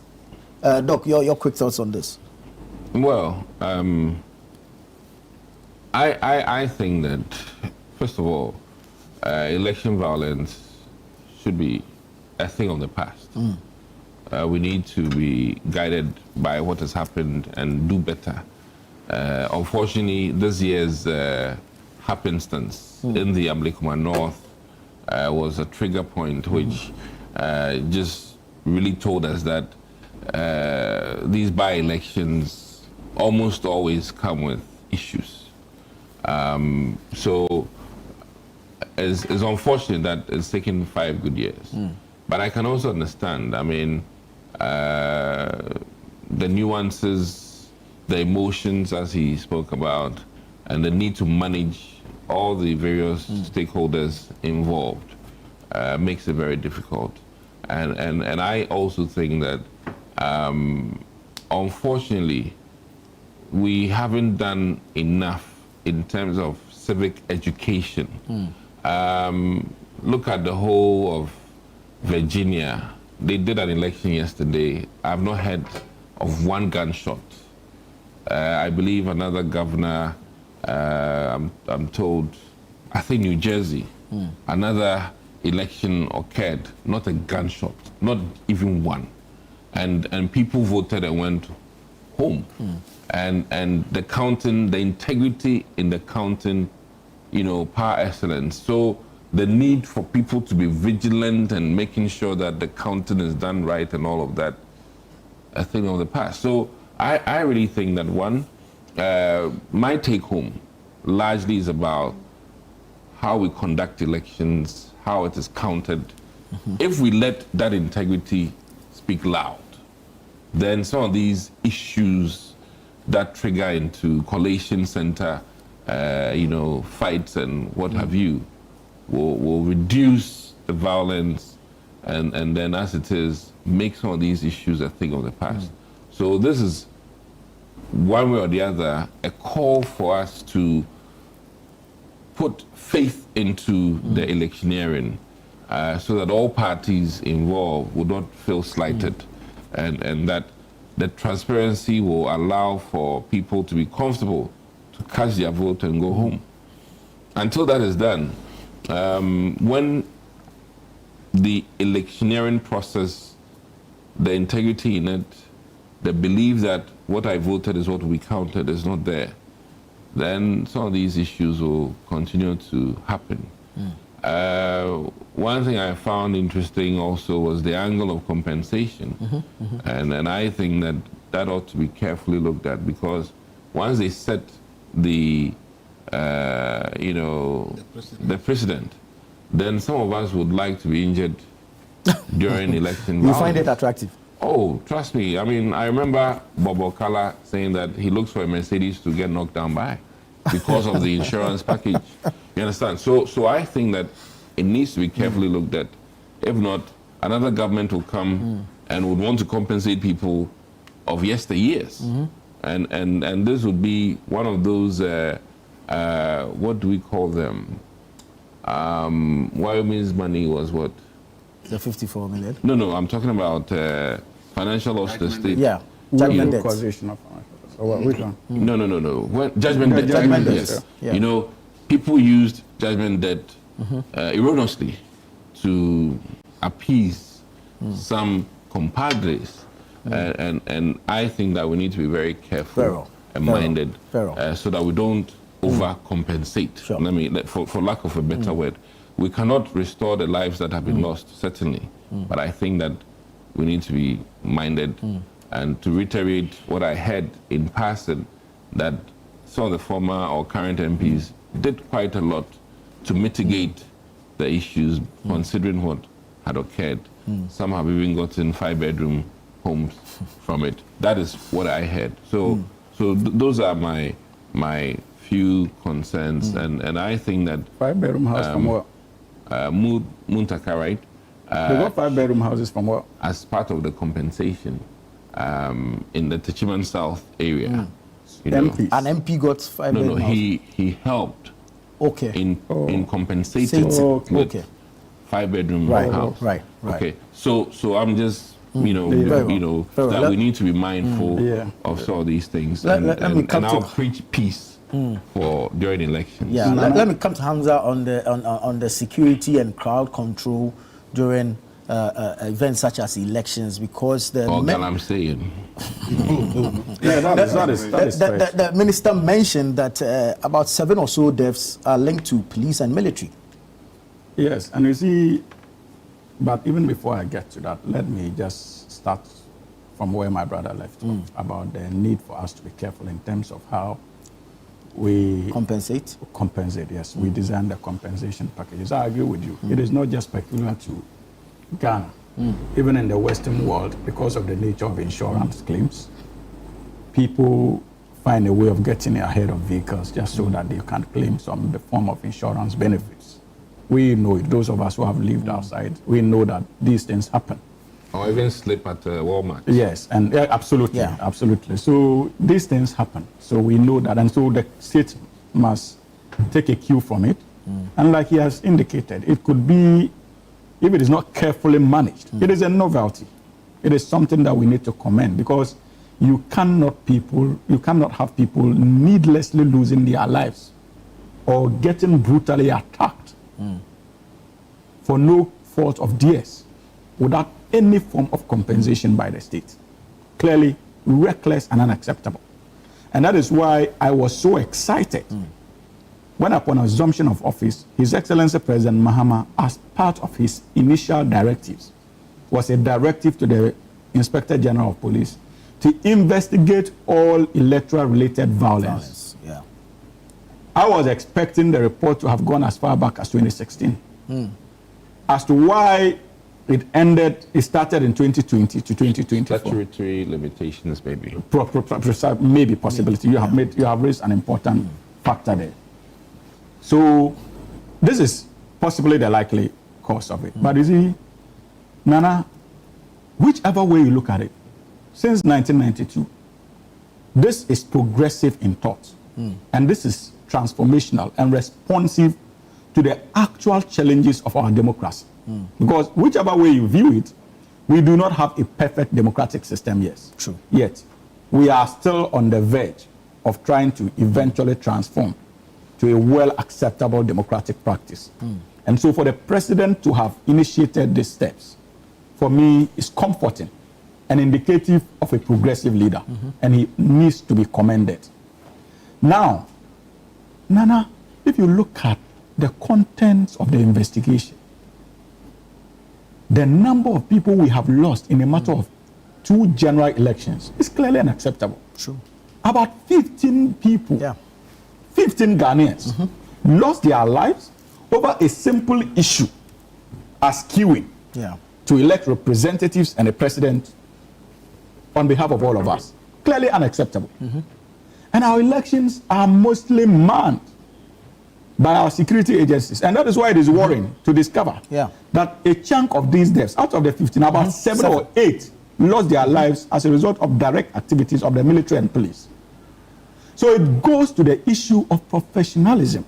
And again, it raises the conduct of political parties and the way we recruit our so-called sympathizers into the Ghana Police Service and Ghana military. These are issues we need to deal with decisively.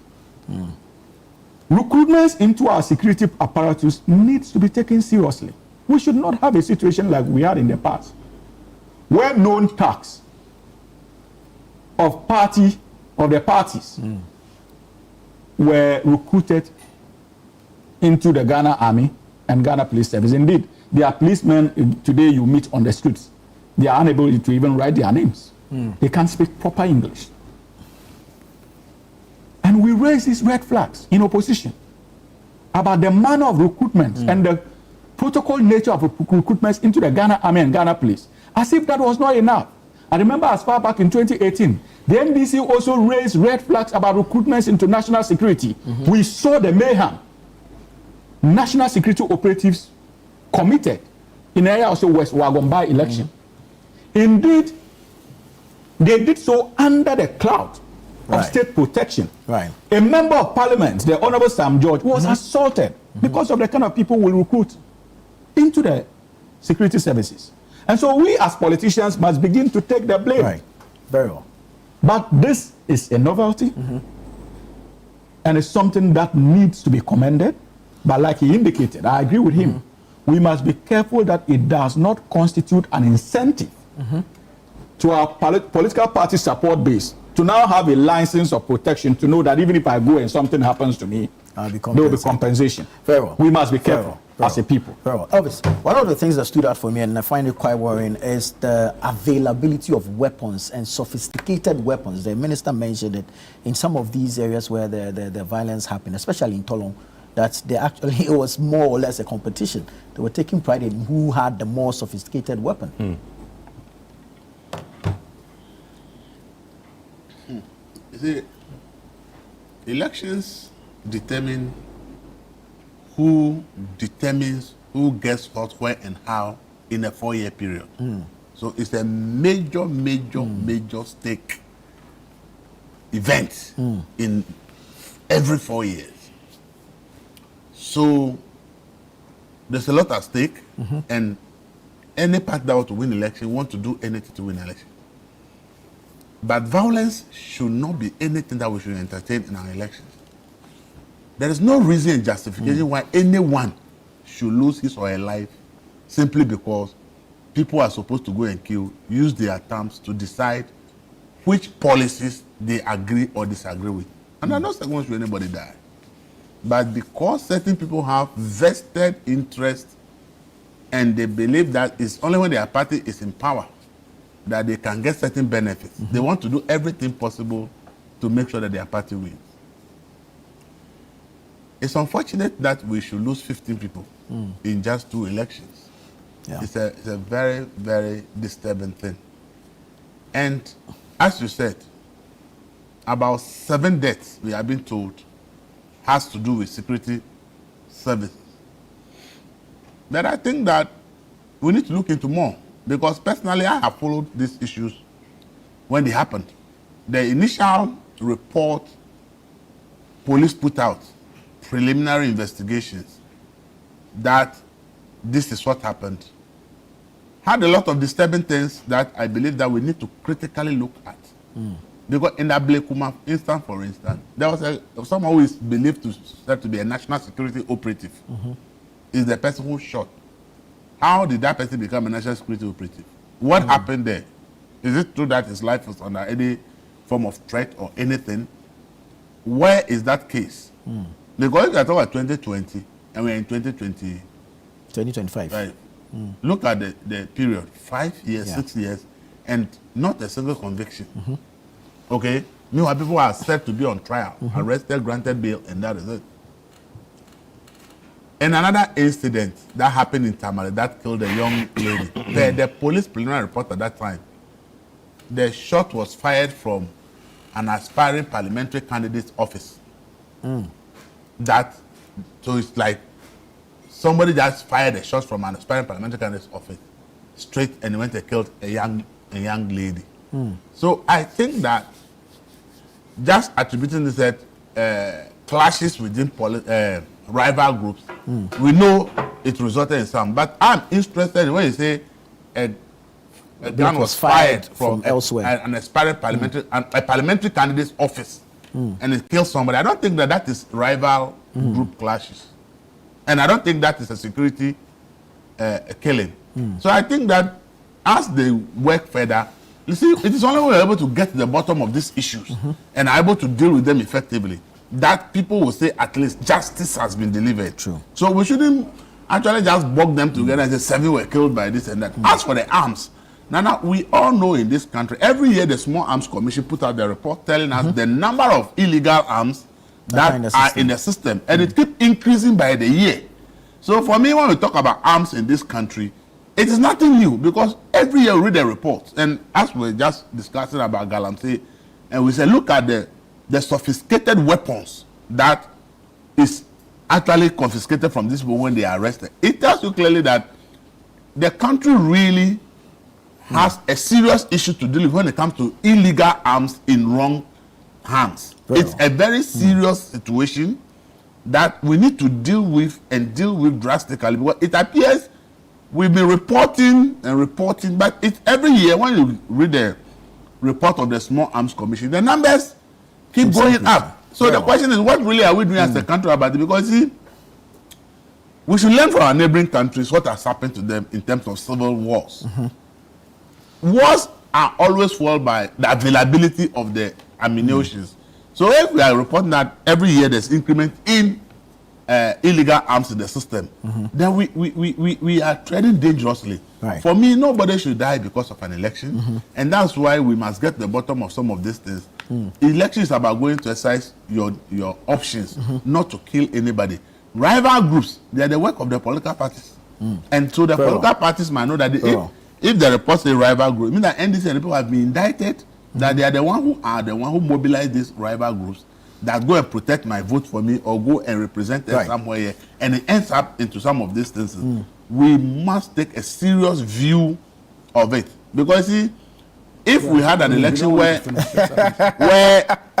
is so close, I want to say, President Mills won with a smaller margin. Assuming that we get an election where the margins become maybe the winner is winning the presidential election by 100 of votes or 1,000 votes. You can imagine the tension and the disagreement and agreement. Right. And if there are this thing in the system, we may have a problem. Thank you. We'll have to leave it here. We've run out of time, but thank you so much, gentlemen. This has been the News Review segment here on Breakfast Daily on Channel One Television. The show continues after this.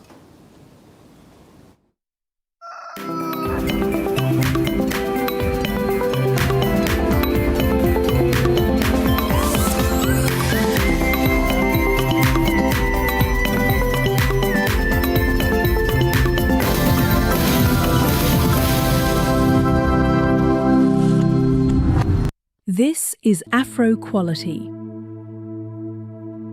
It's not just a store. It's a new way to think about African retail. For centuries, Africa's artisans have created. But too often, their reach stopped at the border. Today, it is easier to bring goods from anywhere in the world and sell them in Africa than it is to make something in one African country and sell it in another. Afro Quality exists to change that. We are a retailer dedicated to African brands. A platform where makers scale beyond their home country. A bridge connecting cultures, markets, and communities across Africa. And behind it all, technology. Efficient, modern, seamless. Afro Quality is built to carry African creativity further with the speed and clarity of today's digital world. Africa is the youngest continent in the world, but youth is not an advantage without jobs. Jobs come when makers can sell, when industries can scale, when creativity is turned into commerce.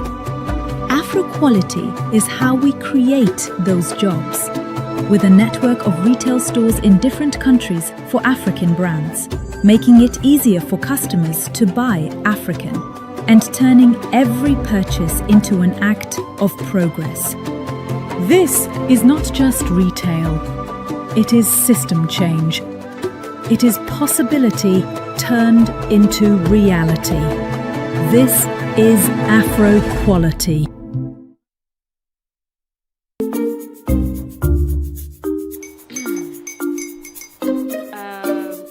and his uncle are almost here. Wait a minute. This one too, your friend Kwame. Wait, Kwame. As in the same Kwame again? Yes, mommy. I'm the second coming. Into all this tension just to reintroduce that broke boy from Kaswa. Why would you deceive the family like this again? Now I understand the whole delay. Troll from Kaswati. Why wouldn't he be late? Obey you later. Of course.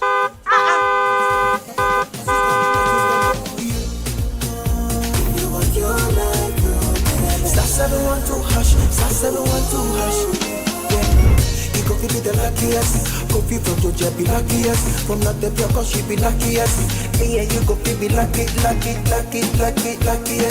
No matter why you're luckiest. Everybody go be the luckiest.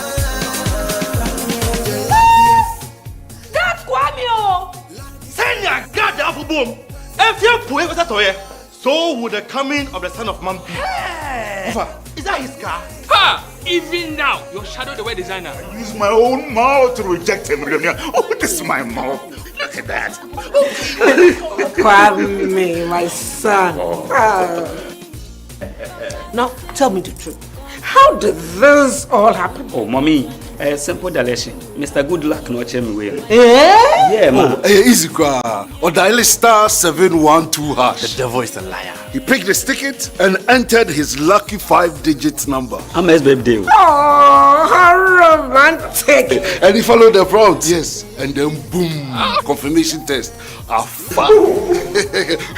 quick. Pick 5 numbers for me, okay? I'm feeling like service. Dial star 712 hash. Choose your ticket. Enter your lucky number. Follow the prompt and let destiny handle the You see how they love you now? Yo, baby, our family payment. Before December, may release a motivational album. Patapa, my super. This promotion is regulated by the NLA on the Caritas platform. Verna is clean, fresh and safe. I'm holding my Verna bottle. No plastic seal, no worries. Open and hear the sound like click. That sound means it's fresh, no trick. No plastic seal, but it's still pure. Cool and clean, you can be sure. Verna leads the brighter way. What takes my doubt away? If it clicks, it's Verna. If it clicks, it's clean. Sip it, feel the difference. Verna water, pure and green. Click, open, sip. Click, open, sip. Chalet Verna, no stress, just sip.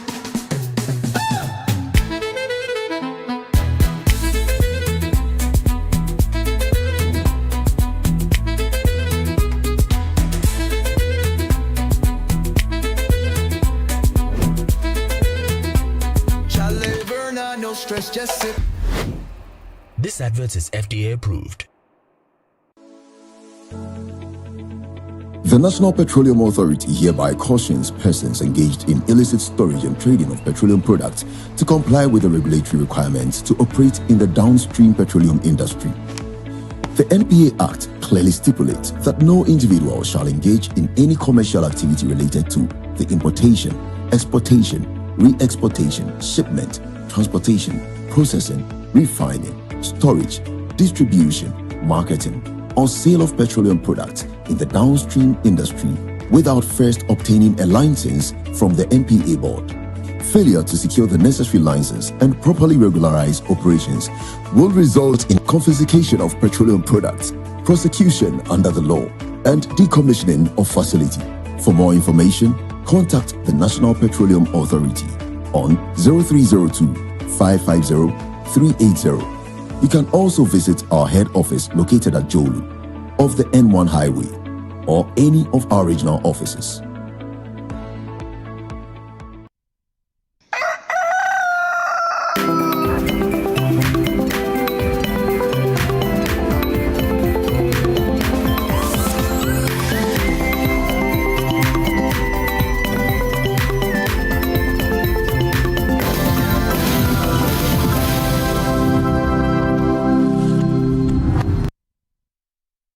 Good morning once again, and you are live on Channel One TV Breakfast Daily, and of course we bring you nothing but the best here on Breakfast Daily. Nana Tufo-Boateng just ended with the panelist or the guest for the newspaper review segment, and of course you've taken up from now to 11 a.m. where we say bye-bye to you. But we are celebrating here at Channel One TV because our radio station, which is City 97.3 FM, is 21 good years. And trust me, 21 years is a long time. We've moved away from the conversation and we've now engaged ourselves in more engaging activities, i.e. the events you've been seeing out there. I'm sure you are also preparing yourself for the Agri-Fair. You are preparing yourself for other events that we've held. We brought to you the Northern Business Fair. We brought your way. This is Ghana Exhibition and Fair. We've been bringing you Heritage Caravan and all that, and that is of course the 21 good years period. And we say a very big thank you to you out there as ardent listener of City 97.3 FM. Without you, we can't make it this far. So we are excited. But we have a special thing for you today on the show. So you'd want to stay with us for this period, so you'd get to enjoy what we have for you by way of celebrating the 21 years here at City FM. And also we are supporting, that is Channel One TV, because definitely we have to be part of this whole celebration. So you will definitely not be left out. Maybe you will not see my co-host today here on set, but she's somewhere preparing something very interesting for you so that you can enjoy. So we wouldn't leave you out in the celebration of the 21 years of City FM here at Dabraka, and also we supporting here from Channel One TV at Tesana. So by way, this is just to inform you of what we are doing here at the Media House today. But it's a Wednesday, and of course when it's Wednesdays we take our focus much on sanitation issues. Last week there were issues that came up. The Environmental Service Providers Association, they were making some demands, asking the government to pay them arrears owed to them, else they will lay down their tools come 7th November. We caught up with the local government minister over the weekend when the sanitation day exercise was being observed, and he indicated that there has been some engagement with these members or the ESPA members and all that, but we will go into it deeper. Let's bring you this report of what happened over the weekend there. Sanitation Day that the local government minister embarked on together with the president of the Greater Accra Regional House of Chiefs and other government officials and officials who also embarked on the exercise. But also, this is just to inform you that with a special package I made mention of today as we celebrated 21 years at City FM, maybe in between we would have to cut or interrupt and bring you the package I'm talking about. But for now, let's bring you this report, and after the report we have conversations on that. The minister led a delegation that included the president of the Greater Accra Regional House of Chiefs, Obuade Noche, King Professor Odaifio Olenchi III, Deputy Local Government Minister Retana Odole-Soa, and Gender Minister Agnes Namomolate, among other officials, to observe National Sanitation Day on November 1, 2025. The team commenced the exercise at Krowo, where a cleanup activity was already underway. And I'm saying with particular reference to Krowo that we should do it. It should be a habit such that if there's any sanitation award to be given, Krowo will have one. The delegation later visited the Lejokuku municipality to monitor the ongoing cleanup exercise. According to the MCE for Lejokuku, Israel Adjete, adequate measures have been put in place by the assembly to improve the sanitation situation within the municipality. Very soon, you see that Lejokuku has become one of the most brightest and neatest in there. We've done the silting, we've done dredging across all the streams. We've done a lot. The local government minister Ahmed Ibrahim also inspected the cleanup exercise at La Dadikotopon, where he reiterated government's commitment to providing metropolitan, municipal and district assemblies with the needed logistics to better manage sanitation in their respective areas. Look at the enthusiasm. There was about 98% compliance. What we are left with is to making sure that we are able to provide logistics. There was a clear logistical challenge.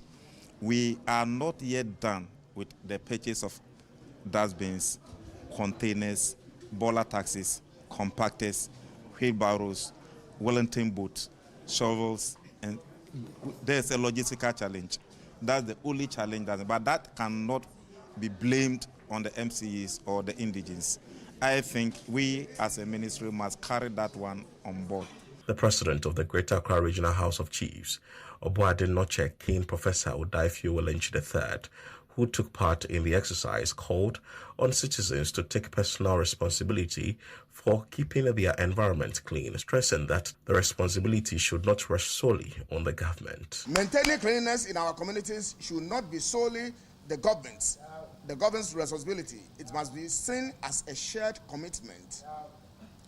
As we strive to make Ghana the top tourism destination in Africa, we must take sanitation seriously. No reasonable person would choose to travel to a country or a continent with great tourist attractions but poor sanitation. Ahmed Ibrahim also addressed the recent threat by the Environmental Service Providers Association, ESPA, to withdraw its services nationwide on November 7, 2025, if areas owed to waste management contractors are not paid. He assured that government is in discussions with ESPA members to resolve their concerns.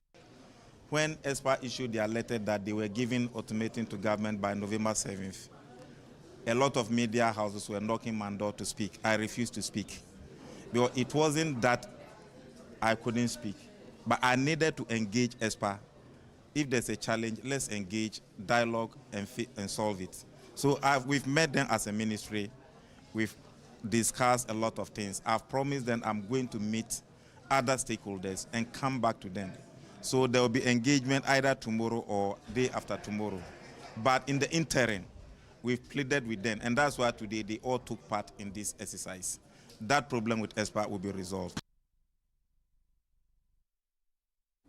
So you saw that the local government minister ending that report, indicating that some form of engagement have been had with the ESPA members. But join us live is Ama Ofori Entry, who is the Executive Secretary for Environmental Service Providers Association, ESPA, to let us understand what the engagement has been and whether they are excited about it or, like Oliver Twist, they want more. Good morning, madam. Good morning, and good morning to your cherished viewers.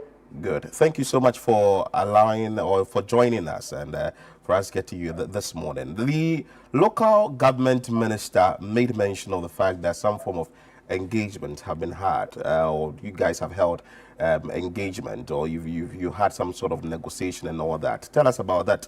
Is that something that you can confirm for us? Thank you. Yes, indeed. We held a press conference on Wednesday, and then Thursday evening, the minister engaged us, which was a swift response. However, our petitions put before him were not attended to because it looks like he also has to engage other people before he can give us a definite answer. And as I speak today, Wednesday, I've been expecting that we would have had another meeting yesterday, today, hopefully, I don't know when. But then, I just want government to understand that the last thing ESPA would want to do is to be confrontational or even go on this strike, because we know the impact of the work we do. That is why even as a body and association, we always discourage this form of strike. So I would want to plead with the government that what we need are logistics. We need finances to continue providing the services that we are providing for Ghanaians. Currently, our bankers say we can no longer continue giving money without us servicing the loans. Our suppliers are saying we can no longer continue giving our supplies without us paying. So it's not, we have a genuine concern, and therefore we want government to treat it with its urgency and then give us the necessary logistics to continue providing service for our Ghanaians. To refresh our minds a bit, the demands you are making, what is the time frame? Is it that you've not been paid for 9 months, a year, 2, 3? Just refresh our minds a bit. And if you'd want to also help us understand the amounts involved. Thank you. The amount involved is in millions and millions of cedis. And with the timeline, some companies are owed 9 months, some are owed a year, some are owed 2 years, and some are even owed up to 3 years. If the letters I've received and the coalition have done so far. So the arrears are as far back as 3 years, for which we don't have to blame them also. You know, successive governments always inherit such debt. And the previous government was also partly to be blamed for not also settling the debt before going. Anyway, no one knew what the outcome would have been. But whatever it is, it's a systemic problem that we encounter anytime there's change of government.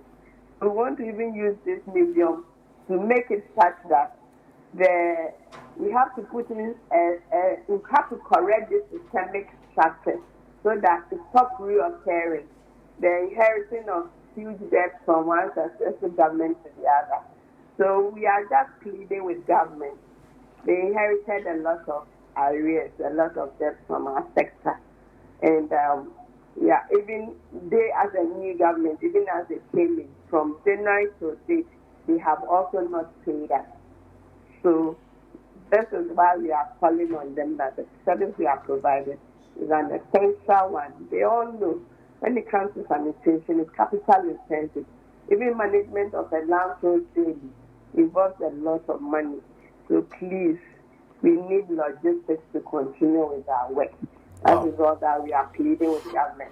You made mention of the fact that it's a systemic failure and has been there for a very long time. People not being paid, or firms not being paid for 3 years, 2 years, 9 months, and all that. But where you sit as the executive secretary and having dealt with members in your association, what has been the approach like? What has been the proposal to ensure that these issues are not brought up again and your concerns are addressed fully, so that in the near future we wouldn't see your outfit complaining about being owed money again? Thank you very much. We've engaged the Ministry of Finance on this subject. We've engaged, it was then the Ministry of Sanitation and Water Resources. So one of the things to make the sector sustainable, to get a dedicated fund to support our sector, was one of the reasons why we came out with this Nobel innovation in terms of the sanitation and pollution levy. Well, there will be a dedicated fund to take care of the infrastructures that we have, just like the way we have it in the energy sector, that the power plants are supported with services. It's the same thing that we propose. So that was the intended purpose of the sanitation and pollution levy. But currently, as we speak, the sanitation and pollution levy is no longer in place. So even as to how government will even get money to continue to sustain the infrastructure will be a big challenge. So, and then we are re-engaging to ensure that the contract agreement and all that is in it is about time government also comply, so that they would not always owe service providers in arrears of 2 years, 3 years, which is not sustainable. Wow. But now that you've not been paid for a very long time, will you want to share with us how some of your members are going about their operations, or others are totally out of business now?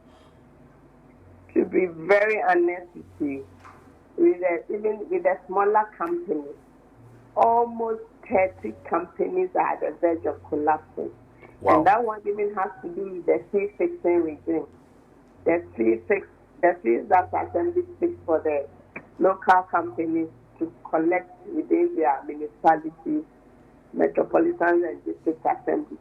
The fees are determined based on the social needs of the community, not on the operational or the cost overhead that goes into the operations of the service provider. And this has affected a lot of companies. So you realize that we have not been efficient in doing our work. We are not taking pride in saying that, but that is the honest truth.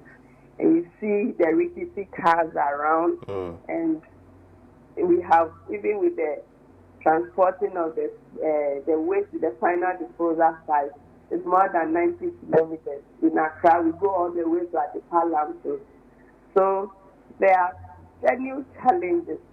As far as even our waste management sector, in its entirety is concerned. So we would want to plead with government. This is an essential service. All over the world, all over, how is it done? We are paid per tonnage. Nobody goes back to the households to collect 10 cedis, 20 cedis from the households for collection of waste. So going forward, if indeed we digitize Ghana and we can know that each assembly knows the household population, and if we just finish the population and census, and we should have an idea of the number of houses in a particular locality. That way, what happens? You pay the contractor per ton, then the contractor will now be compelled to work, and that one will make our city cleaner. But right now, what we are practicing is the contractors going back to collect their money door to door. Those are those doing the door to door. My membership is varied. I have different categories of membership. So I'm now talking about the general waste management challenges. So going forward, we are asking that government should really look at the whole sector so that the situation can improve. If not, even a few companies that are existing, they might run away from the sector. Or once they collapse, they cannot continue. When I took over about 12 years ago, I have seen about 10 companies collapse. I can mention names on air, but that is not good. So if indeed private sector is the engine of growth, why won't government support the private sector? We've done so well in terms of employment. We've engaged over 100,000 informal workers, and for formal workers, over 5,000. So we've, in terms of paying taxes and what have you, once the private sector is doing well, it improves the economy. And we also agree that with the intervention of the private sector, sanitation improves in Ghana. So we should not, it is time for us to sustain the gains we have made, not to rather retrogress. So we are just pleading with government. It's an essential service, and we do not intend to be confrontational. That is not our intention. But then we need logistics to continue with our work. I want to find out from you, your members, how many do you have? And also, we know that you've threatened to embark on a strike or lay down your tools November 7th. We will come to that as to whether you will embark on it or not. But you would also want to share with us what the side effect will be should you go ahead with your planned strike. But first, your members and what the ramification will be should you embark on this action you want to take. With my membership, we have the formal contract, that's a big company. Then we have the informal. So we have the septic MCS, those who pull it, we call them the liquid waste. Those who come to your household to put your wastewater, they also go to the waste treatment facilities to dislodge it. They are also part of the membership. With the informal, I have various their associations. So EPA is more or less like an umbrella body of small associations that have come together. So under the informal, I have the Aboboya people, the Sachet Water people, the Scrap Village, and even with the pickets, we have different memberships. So the membership is varied, and our membership is nationwide. It's not only Accra and Kumasi. So I have members who are into land filling. I have members who are into transfer stations. I have members who are into recycling. I have members who are into wastewater treatment. I have members who are into hazardous waste treatment, and members also in electronic waste treatment. So currently, this is how the membership looks like. It is close to 10,000 members. Wow. So should you decide to embark on a demonstration, you mean close to 10,000 members will all stop work? What is going to happen is most of the places where they are going to be dumping, they will no longer have access to it. So it's going to affect their work. With the landfills, we do not have a lot. Even already, we are even grappling with landfill challenges. We do not even have enough to even contain the waste at the final disposal site. It's one of the reasons why we are promoting the recycling, where we add value to the waste.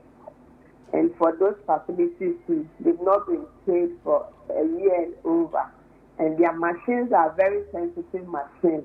The laborers, they've not been paid for months now. So how can they continue to provide service? So what is going to happen is, even with the informal sector, when they collect, they have to send it to the transfer station. So if these transfer stations are closed, how are they going to access it and dump? So it's the rippling effect of the big facilities being shut down that would affect everybody.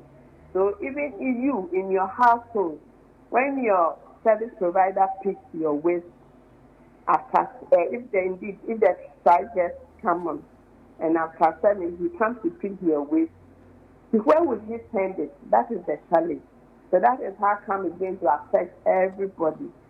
And the last time it happened, there was cholera outbreak, malaria, what have you. That is not our intention at all. So I'm just making a passionate plea to the government that it's urgent and that they should attend urgency to this subject. So from what you said, you've just been engaged once. Yes, we've been engaged once. And have you been told when next you'll be engaged? Actually, the minister requested that we present a position paper to him, which I did yesterday. So I'm hopeful that today or tomorrow there might be another engagement. Okay. But that notwithstanding, what we need now is logistics. So I'm calling on Ministry of Finance to look at their miscellaneous budget and get something for the service providers to continue providing service while we work to correct the systemic challenges that have happened over the years. Beautiful. Now, the big question I want to ask you, 7th November, will you embark on the exercise, on the strike, or laying down your tools or not? We would embark on the exercise if we do not receive any form of financial support. It is not intentional. Our suppliers will not continue to give us fuel. Spare parts we owe in millions. They said they cannot continue to support us. For the landfills, they use drums of oil daily, about 4 or 5 drums daily. They owe over close to 2 years. We would be doing business and be giving you credit facilities over and over and over again when you are not servicing the debt. Wow. So that is where we are. It is not our intention. We are with the work we do. Government is our key partner. If government does not give us the contract, we cannot implement them. We cannot even work. So we are in partnership with government. If waste belongs to government, so the services that we are providing on behalf of the Metropolitan Municipal District Assembly. So it is their mandate that has been privatized and called to the private sector. And the private sector, indeed, you admit that ever since came on board the sanitation sector, the situation has improved. So we would not deliberately take an action like this. Even banks have taken contractors to court. As I see, some of my members are in court for not fulfilling, defaulting the agreements in terms of payments. Even internationally, especially those who have gone for Exim Bank loans and such abuse. So it's a very stressful situation. It's not like it's a very distressful situation. Okay, Madam, thank you so much for your time. I'm out for your entry.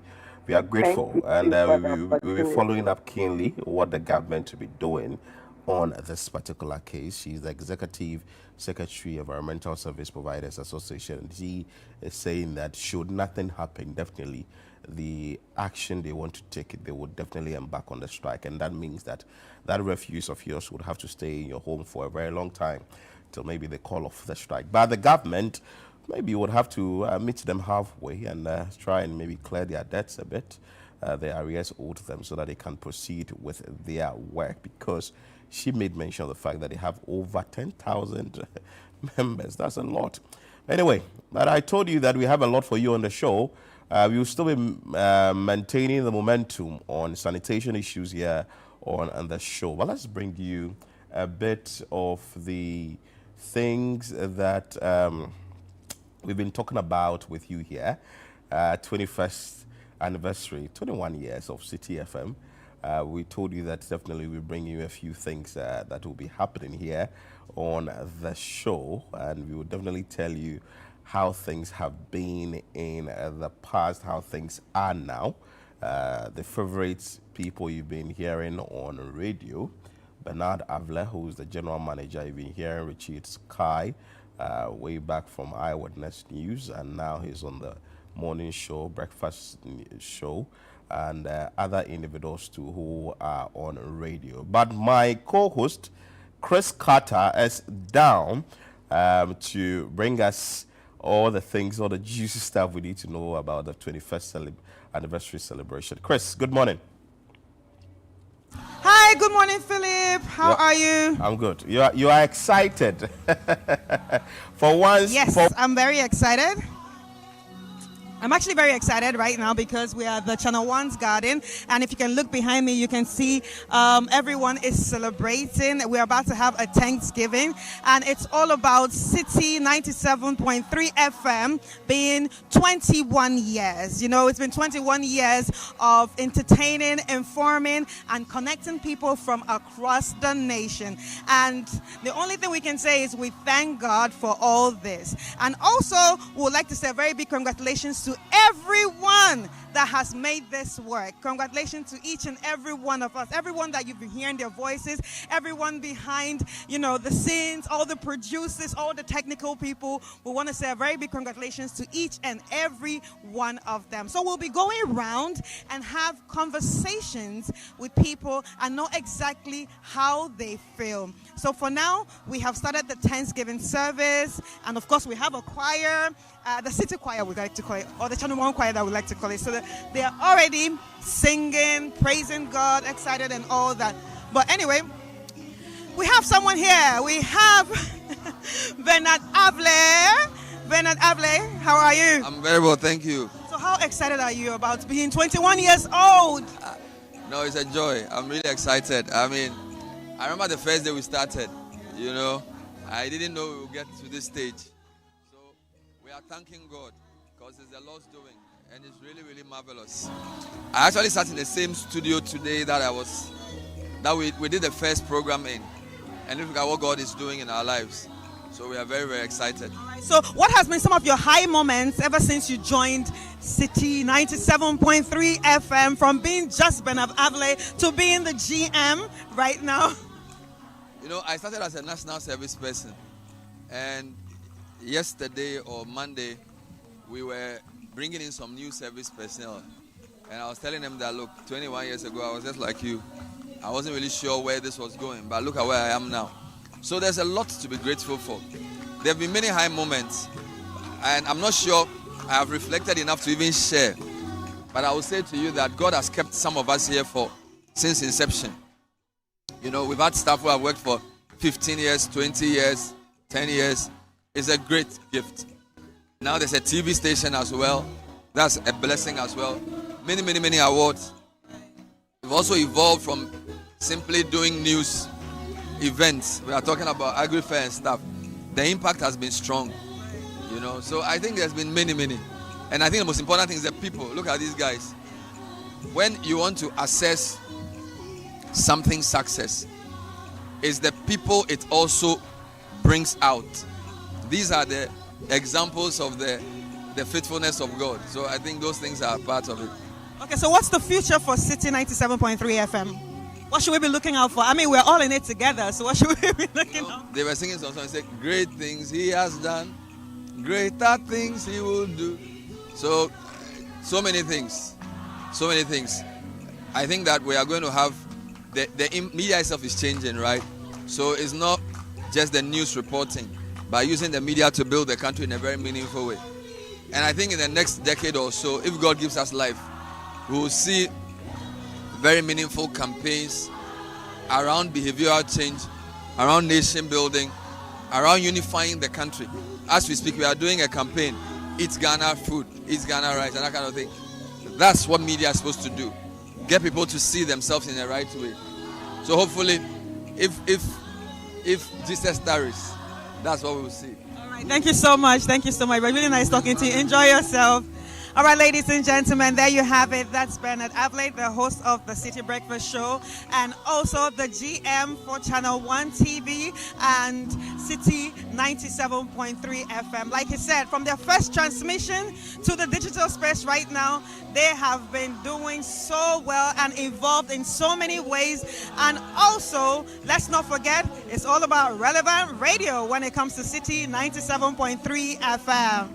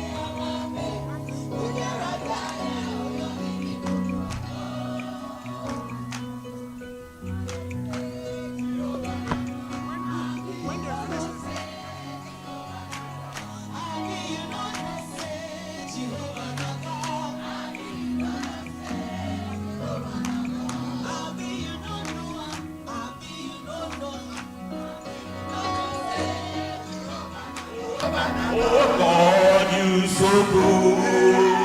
Oh God, you are kind.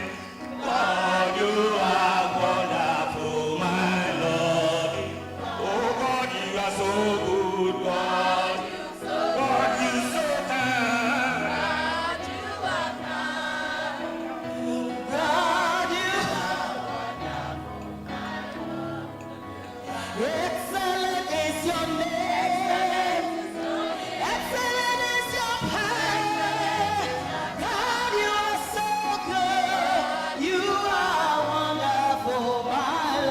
Charlie, business.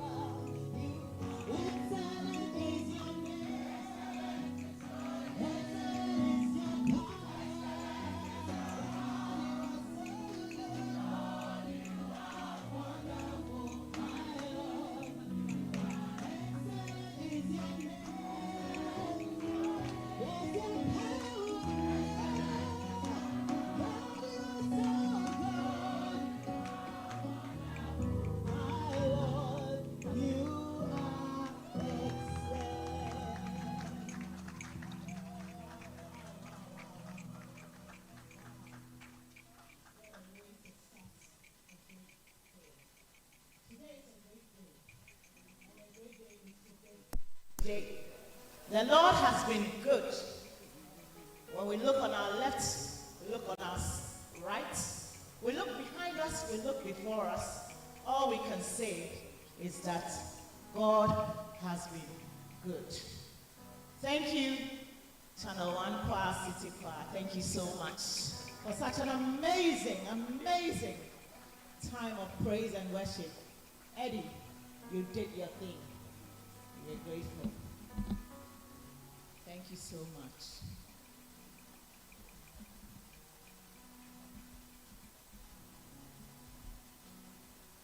So, well, please be seated.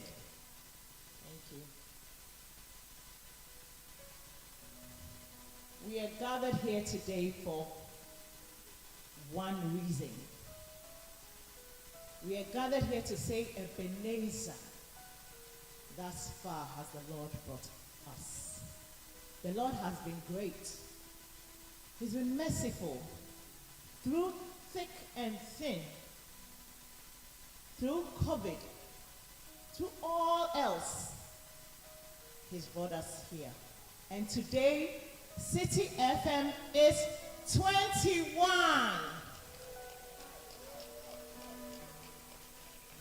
Wow. Wow. Wow. I can just look at somebody like maybe Fafa, who is a little over 21, and say, look, this is the age of City FM. You know, and it's the doing of the Lord. Not by might, not by power. It's just by the Spirit of the living God. And we are thankful. So if you see us sitting here all, you know, dressed up and looking nice with smiles, it's because we are here to say, thank you, God, for all that you've done. Today we are gathered for a Thanksgiving service to say that we appreciate what the Lord has done in our lives as individuals and also as an organization. It's just the grace of God. People, the organization who did not survive beyond COVID. There's so many of them. And we are here to say, praise the Lord. Praise the Lord. So this morning, please join me in saying, thank you, Abba Father. Thank you. He's been a father to us. At this, I want to invite my own Pastor Maui Chikota. He's going to lead us in exaltation and also in prayers. Pastor Maui.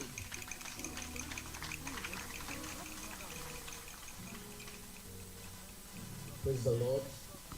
Hallelujah. I can hear your voice. You don't look like you're preaching one. Praise the Lord. You are responding like you are just 9 months old. Praise the Lord. You let the earth hear your voice. Praise the Lord. Hallelujah. Amen. We are allowed to experience 21 years of CTFM. Let's share a word of prayer and then we go into the church. Father, we thank you for this morning. We thank you for your grace. It's to you from the beginning and to you throughout our journey.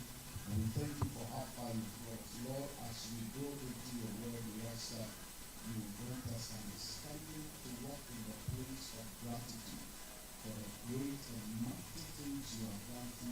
City FM. We give you all the praise and glory in Jesus' name we pray.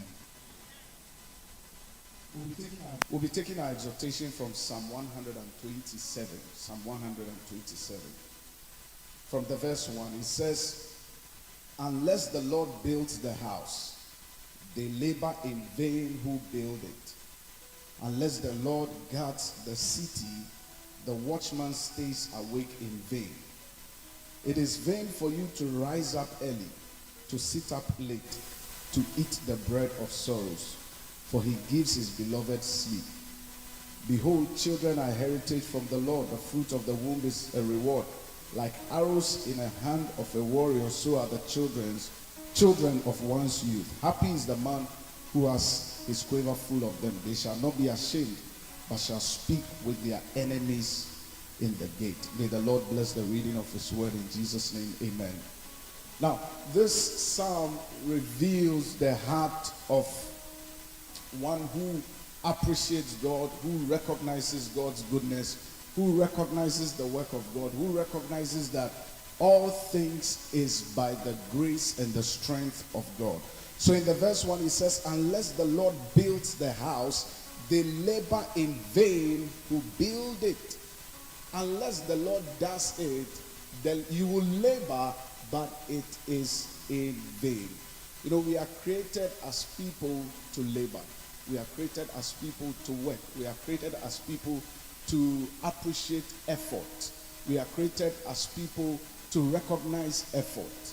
And so sometimes in our thinking, we always think that it is just the effort. It's like when a child is born and the child tries to make some movement to crawl, you see the parents excited. Why?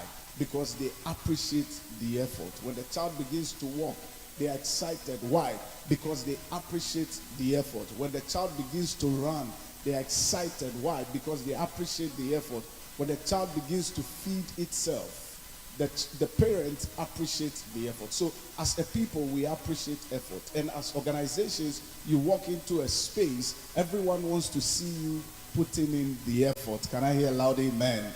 And in a space like City FM, where we work so hard, we put in a lot of work, we try to make sure that things are done the right way and to put in the excellence that we put in. If we don't take care, all we'll see is the effort. But as a people, we recognize that for 21 years, if it had not been the Lord, we would not be where we are today. Because there are people who have put in effort, but are nowhere to be found. There are people who have put in the labor, but they are nowhere to be found. But the Lord, through his word, is saying that unless he does it, you will labor, but it's in vain.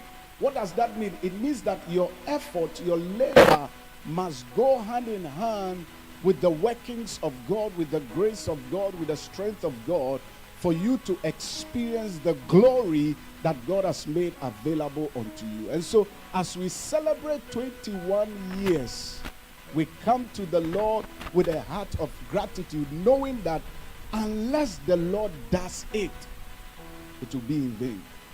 Oh, for some organizations, when COVID hit, they were nowhere to be found. Some survived 2 years, others survived 5 years, others 10 years. We have survived 21 years. Unless the Lord is in it, this work would have been in vain. Praise be to the name of the Lord. If you hear the story of how City FM began, sometimes when Samens and co share the beginnings of this station, how they had to struggle to even get the first advert on air. Sometimes had to do the advert for people without even paying for it. Hallelujah. Omani is looking at my face. He understands, struggling through. Unless the Lord does it. Chris, good morning once again. Chris. But today we can stand Hi, Chris. and of the truth say that this is the workings of the Lord. This is Hello. the Lord. Yeah, so as Pastor Mauli goes on with the message, telling us all we need to know about City FM, I'm finally tell us briefly how the mood is there. Some of the people you can see there. We know some of the known faces. And also later, you will have to join me in studio. They will have to see how best you are going to wrap up issues in the studio. So take over, Chris.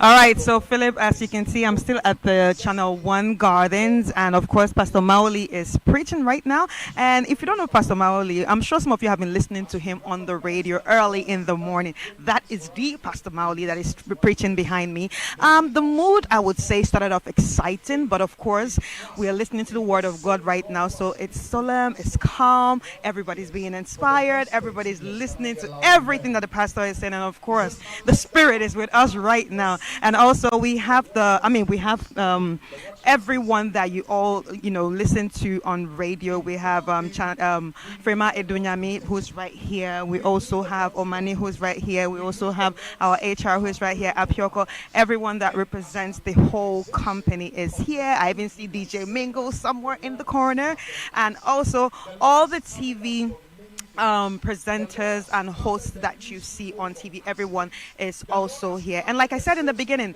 people that make things happen, the ones that we don't see or we don't hear, the technical people, the producers, everybody is right here together to say thank you, God, for bringing us this far. And like I said, from the first transmission into the digital space right now, City 97.3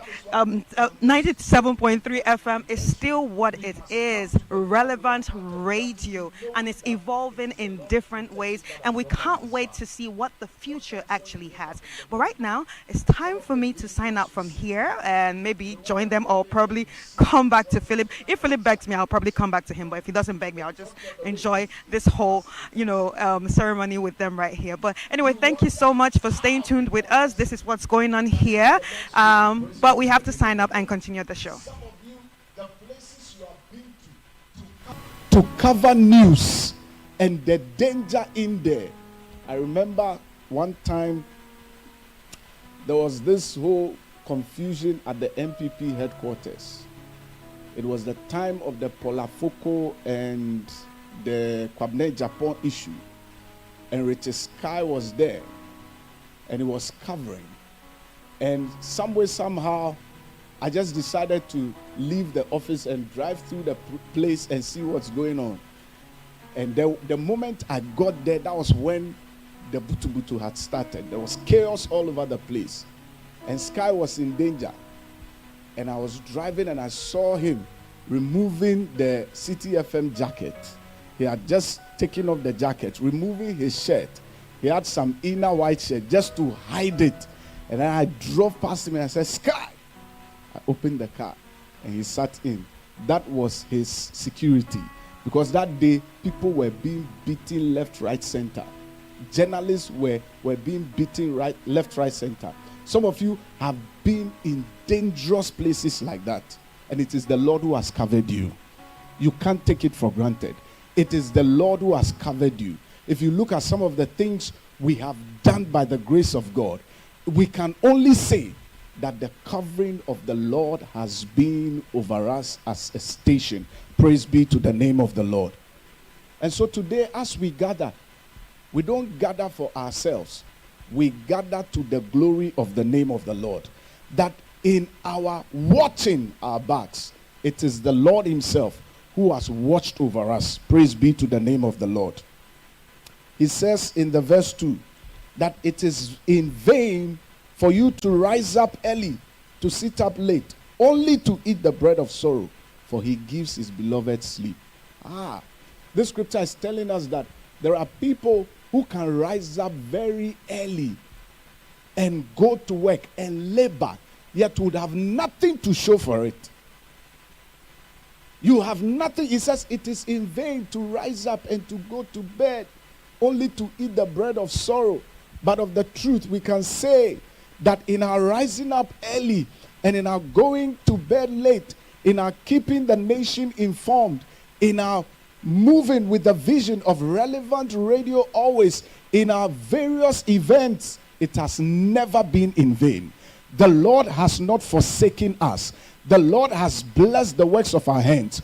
We can testify that of the truth we are not eating the bread of sorrow, and we will never eat the bread of sorrow. Can I hear loud amen? We can say that by the grace of God, he has blessed the works of our hands. We can say that for 21 years, God has shown, God has proven to us that even in the midst of difficult situations, in the midst of the hardships, he still blesses the works of our hands. Sometimes some of the ideas that come and we execute them and we see the success that it comes with, people sit and wonder, how is it possible that a radio station can do this? How is it possible that you people are able to do it? No, because the Lord has not allowed our waking up early and to going to bed late to be in vain. And today we will thank him and we will give him all the praise. Can I hear loud amen? Your waking up has not been in vain. Some of you wake up to read all kinds of materials. You wake up to pray to God. You join us on This Is Your Day.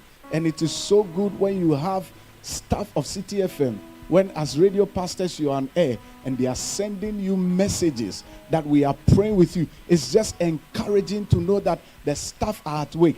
And that is why your work will not go in vain. And as the Lord has not caused us to eat the bread of sorrow, the same God who has been with us, his word says that the glory of the latter house shall be greater than the former. If you've seen 21 years and how God has been glorious to us, watch out for the next 10 years. Well, I didn't hear an amen. I said watch out for the next 10 years. Watch out for the next 20 years, because the glory of the latter shall be greater than the former.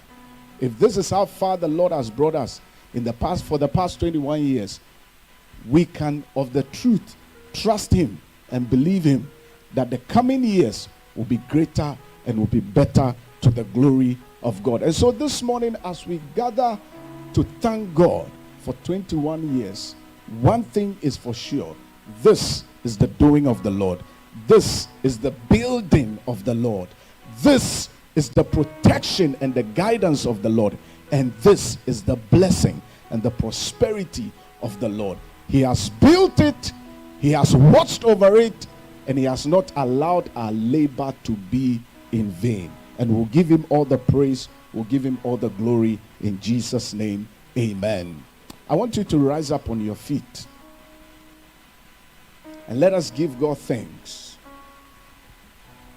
I want you to, in your own words, in these three areas of the Lord building the station, of the Lord establishing it, you want to say, Heavenly Father, thank you for your hand that is upon City FM, for your hand that has been upon City FM. Lift up your voice and begin to thank God and begin to appreciate the Lord. That Lord, we thank you for building this organization, even in the name of Jesus. Thank you for building this organization to the glory of your name. We honor you, Lord, that it is not by might nor by power. It has been by your grace. It has been by your grace. It is not our strength. You, O God, have built it from the beginning up until now. From the beginning up until now, you, O God, have built it. It is yours. It is yours. It is yours. It is yours. It is yours. It is yours. We thank you, O God, that in the name of Jesus, you have shown your hand strong over this institution. No weapon formed or fashioned has prospered, and it will not prosper. It will not prosper to the glory of your name. It won't prosper to the glory of your name, because you, O God, have built it. You, O God, have established it. You, O God, have blessed it to the glory of your name. You want to say, Heavenly Father, thank you that in our going out and our coming in, you, O God, have protected us. You want to say, Lord, thank you for your protection. Thank you for your protection. Thank you for your protection. Thank you for your guidance. Thank you that your eyes are upon us. You who watches over us. You who neither sleeps nor slumbers. We thank you that your eyes are upon this station, this organization, moving from glory to glory, moving from grace to grace. We honor you, O Lord, for this blessing. You want to say, Lord, we thank you that you have not caused our labor there for you, praying and also thanking God for 21 years. And it's not, it hasn't been an easy journey, but God has taken us through. Chris, finally, you are in the studio. Yes. I heard you begged me, so. I heard you begged me, so that's why I had to come back. But it's. But I envy you, though. Why? I'm supposed to be down there at least, also enjoying and also praising thanking God for 21 years. I remember I came to City 2015. And how has it been like for you? It's been fantastic. Because you have been here longer than I have been, obviously. Maybe. So 2015 came here, maybe one day, but this time I'm telling my story on TV. Came in as a salesperson. So yeah, you have a very interesting story. The marketing department. And after 4 months, I received a call. I was like, no, you would move from the sales department, marketing, to newsroom.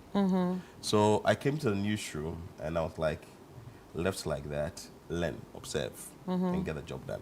Right. And that has been it. And now this is you. Yes. From sales to news to now an anchor of the Breakfast Daily Show here on Channel One TV. One thing that City makes you do or will take you through with the fact that you have to learn. Yes. I see City to be a school that you have to go through the process. You would have to learn, you would have to observe, and it trains you. Yeah, so that's the word. When you stand out there as a journalist from City, people will say that, hey, you are from City. You know you like questions and all that. No. The system automatically will take you through because you wouldn't go for an assignment or you wouldn't say you're going to cover a story and you would come back and you are bringing some sort of what we term here as nya story, nya story, also angle that is not making waves. So people are doing better angles and you are not doing any. But so I think it's been an interesting one. 21 good years, please. We want to thank God for how far he has brought us. Right. But you have been here how many years?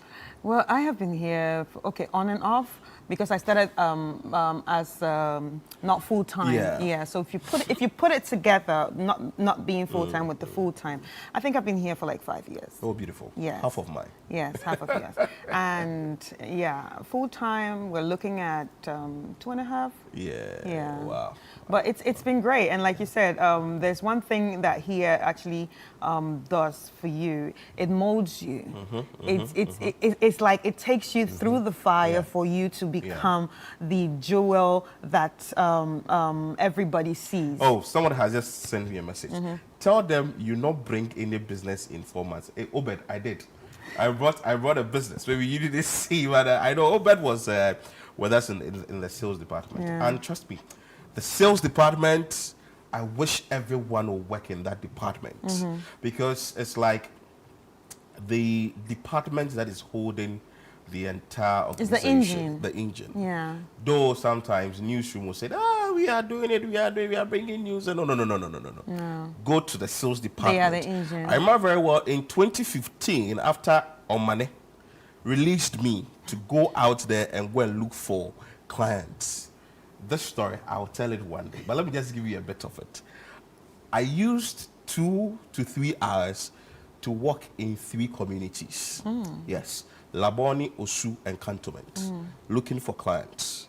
And funny where you would visit a particular company and you'll be told that a colleague of yours has been here already. Been here already? So like a competition? Competition. So there is an internal competition before an external competition. It's called, mind you, in that sales department, you are competing with your colleagues so you can get clients. Then externally, you are competing with other media houses.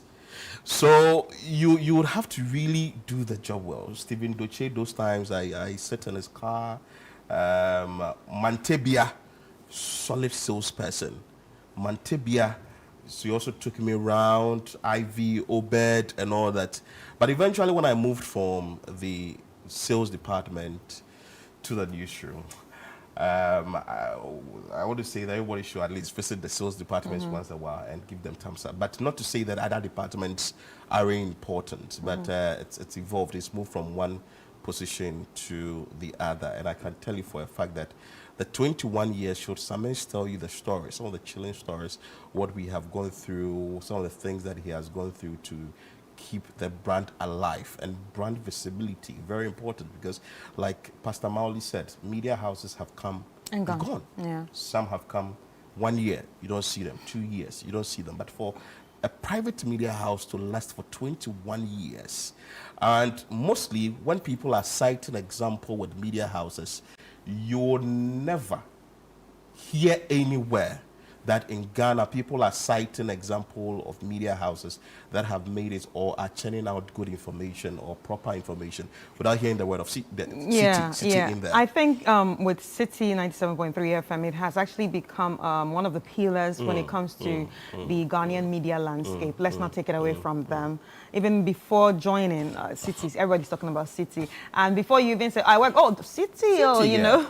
But then again, we want to say a very big thank you to all the listeners, because without the listeners, I don't think we would have come this far. So I want to say a very big thank you to each and every one of you out there that have made it possible. In fact, you are the MVP. Yeah, we have MVPs, you know, most valuable players here, but you have also, you know, given us that hope, and you have also inspired us to keep doing what we are doing and also keep evolving as time evolves. Thank you so much for listening. And people have really played their roles very well in the past, because when I came to the newsroom, I met people like Pella Kanyofori, Eugenia Tinkran, Raymond Aqua, Kojo Ajimai, who was my buddy, Nana Bwachi Yadom. Yes, that gentleman, I doff my heart out to that gentleman, because he actually took me through a number of things in the newsroom.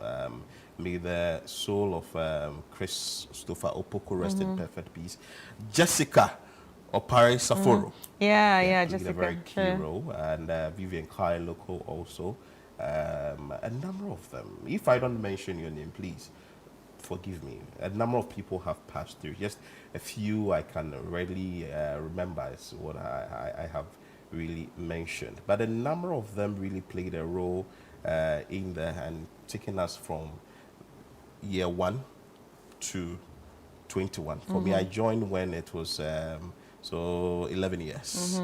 Yes, so I think it's been a very good one. So someone saying that 21 years, he's fully grown up to marry. So thank you so much. Like Chris indicated, without you, the viewer, the listener, the person out there with your criticisms and also with your comments, with everything you share with us, without you engaging us, we wouldn't be where we are today. Without you listening, we wouldn't be where we are today. And also our online followers, thank you so much. Thank you so much, because you have made up our community online. Like, we have evolved from, you know, just being from the first transmission. Now we are online, and you have contributed to those, you know, numbers. So thank you so much for building that community with us on all social media platforms. Thank you, and keep spreading the word. Thank you so much. I know of people who say that they actually listen to the only relevant radio station every now and then on radio. So we are going to work. We actually have a message. Yes. So this message is from David Esuman. I have grown up with you guys, and it has been quite the journey for me personally. God bless you and your hard work. Thank you so much, David. So people listening to City 97.3 FM. And you know, funny how the morning show moved away from the normal politics to developmental issues. So Bernard will send me, go and do a story on space buses. So, and they will look at that, have conversation on the space buses, or go and do a report on a drainage somewhere. And that is exactly what we are doing on Breakfast Daily. Looking at developmental issues and talking about them. Because eventually, media would have to move away from all these things and bring the media close to you. try and tell the story and also bring the change that is needed in the communities. And I think that is what City has really driven in a very long time, changing the narrative and all that. And if someone needs an information, the person will come to citynewsroom.com. Those times it was cityfmonline.com.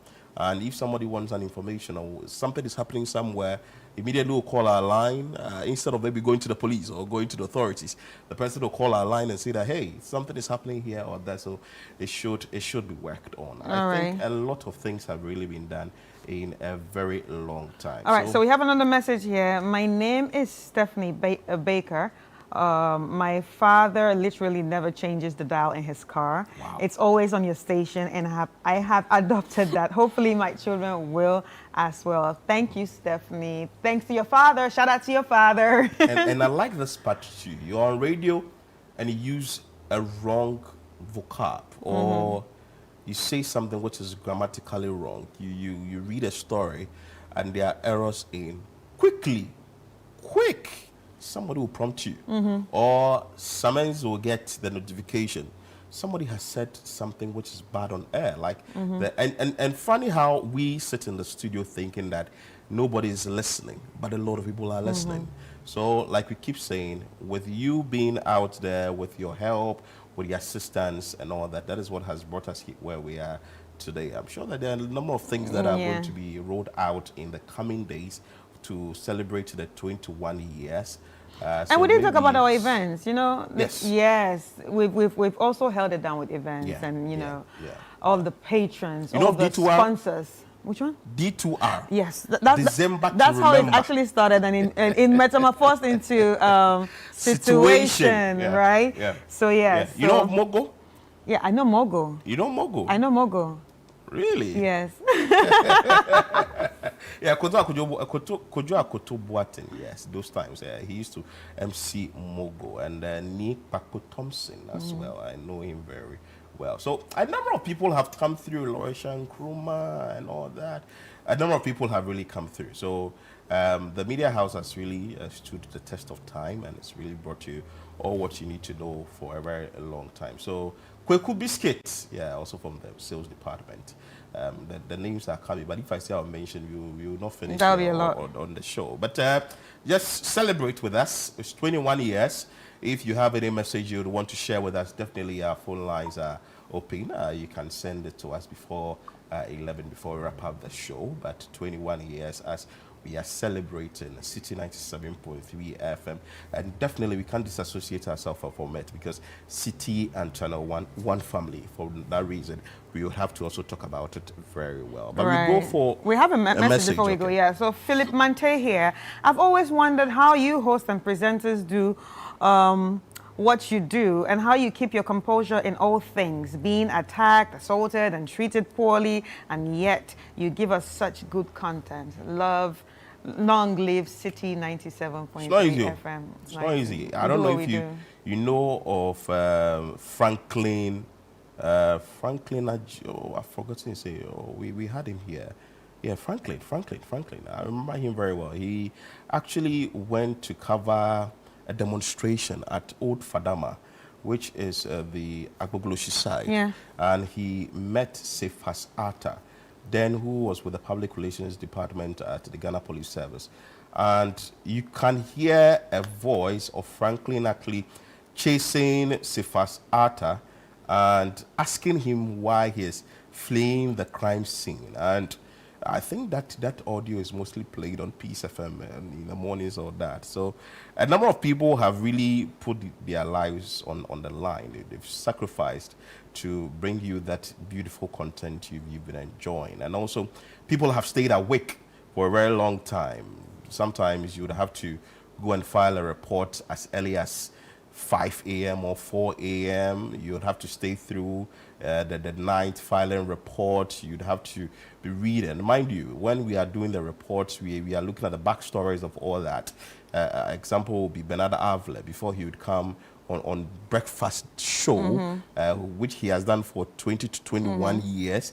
He would have to wake up every morning around 4 or 3, get to the office early and read. I've gone to the office that early before, and funny, you'd see Bernard behind his desk learning before he would come on air. So most of the things we put out there by way of giving you the relevant information didn't really come easy like that. But with your help, with your assistance, because if we produce and you don't consume, certainly we don't have a product line out there. But definitely if we are producing, you are consuming, that means you like our products. For that reason, you are consuming. And you give us feedback. This has really shaped us. So we are in it with you. Yeah, so we also have a message from our friends from the Roseburg Ear, Nose and Throat Clinic.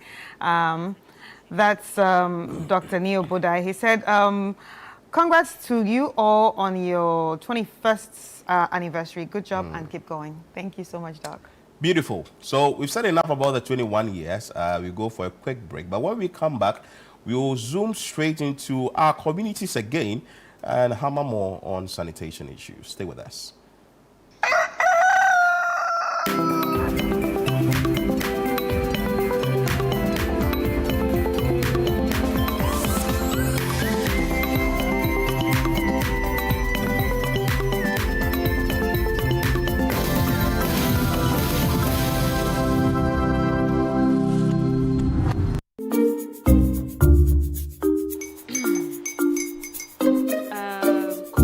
Uncle are almost here. Wait a minute. This one too, your friend Kwame. Wait, Kwame. As in the same Kwame again? Yes, Mommy. The second coming. Into all this tension just to reintroduce that broke boy from Kaswa. Why would you deceive the family like this again? Now I understand the whole delay. Troll from Kaswa. Why wouldn't he be late? Or being late, of course.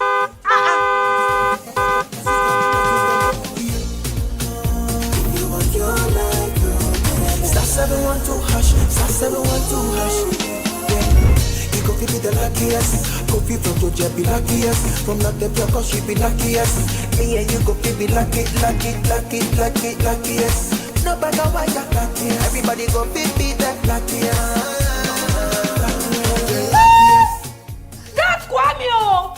Send your God the apple boom. If you're poor, what's that? So would the coming of the Son of Man be. Hey. Is that his car? Ha! Even now, your shadow the way designer. I use my own mouth to reject him. Oh, this is my mouth. Look at that. Kwame, my son. Now, tell me the truth.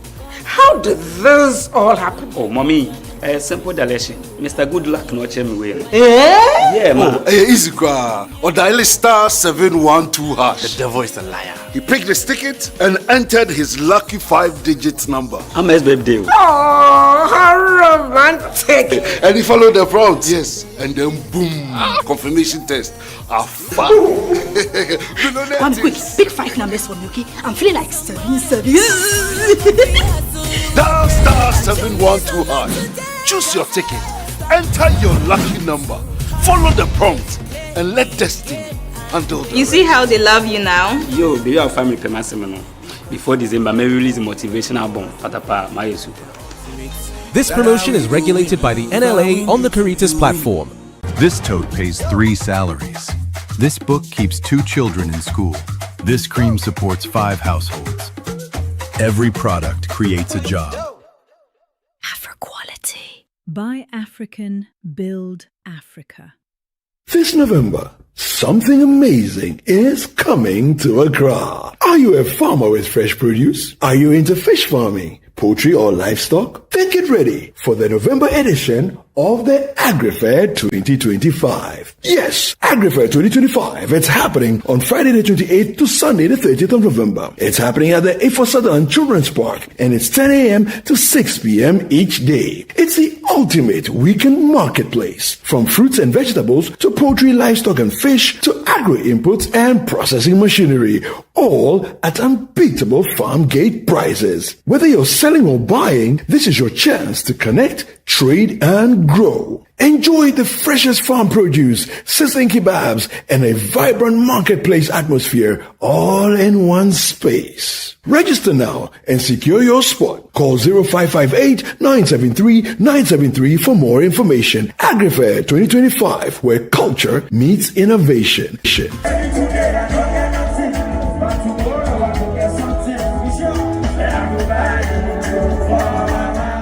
The Agrifair 2025 is powered by Channel 1 TV and 97.3 City FM and is proudly sponsored by Horticulture Business Platform, Development Bank Ghana, Legacy Crop Improvement Center, and Gersel.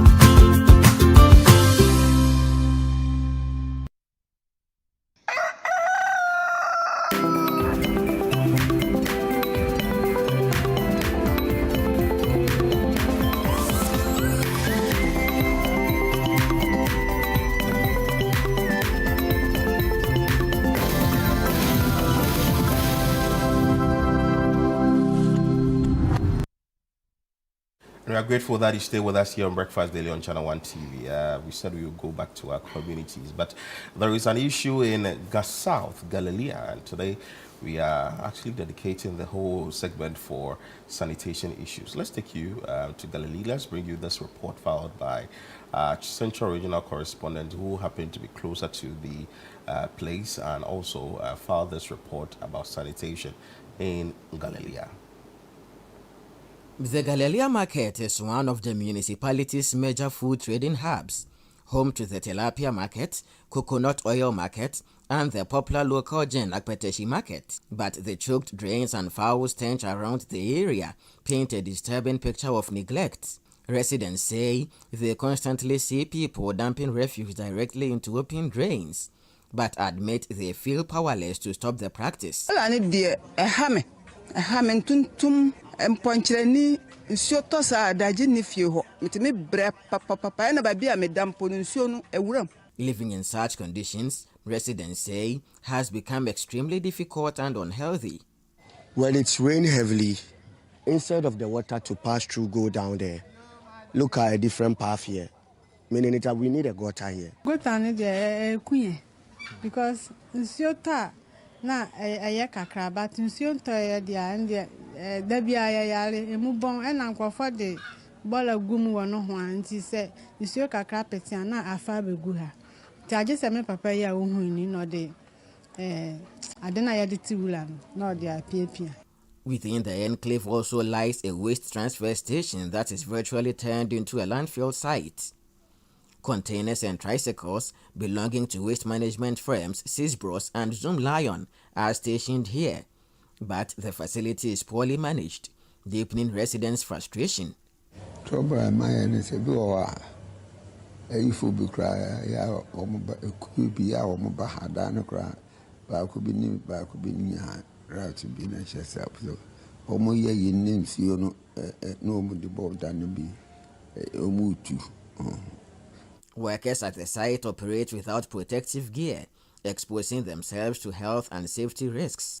Offend were twist in a year by into one day, woman tall, woman yam for mine.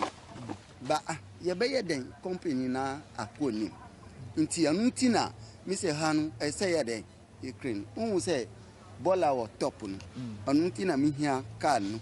A former assemblyman for the area, David Bolo, who volunteers to desilt choked drains, expressed disappointment at the inaction of local authorities, despite the site's closeness to the Gas South Municipal Assembly. It is very bad, but we had been working on it since time immemorial, but it is not working because we've been during the former Kufuor time. We have been written to the Assembly concerning the gutter, but nothing has been done about it. Even when the drip came, we thought it would come to solve the problem, but ever since, nothing was done about it. Whilst his boss waste management company could not be reached for comment, the Zoom Lion manager for Wejagbawe and Gas South, Emmanuel Kofi declined to speak on record, but clarified that the transfer station is not under Zoom Lion's management. This is a very sad one in Galilee, a very disturbing one. I'm sure that maybe if you're taking your breakfast, we apologize, but we would have to push the agenda so that at least the government to see what is really happening when it comes to sanitation and the urgency and resolving sanitation issues in this country.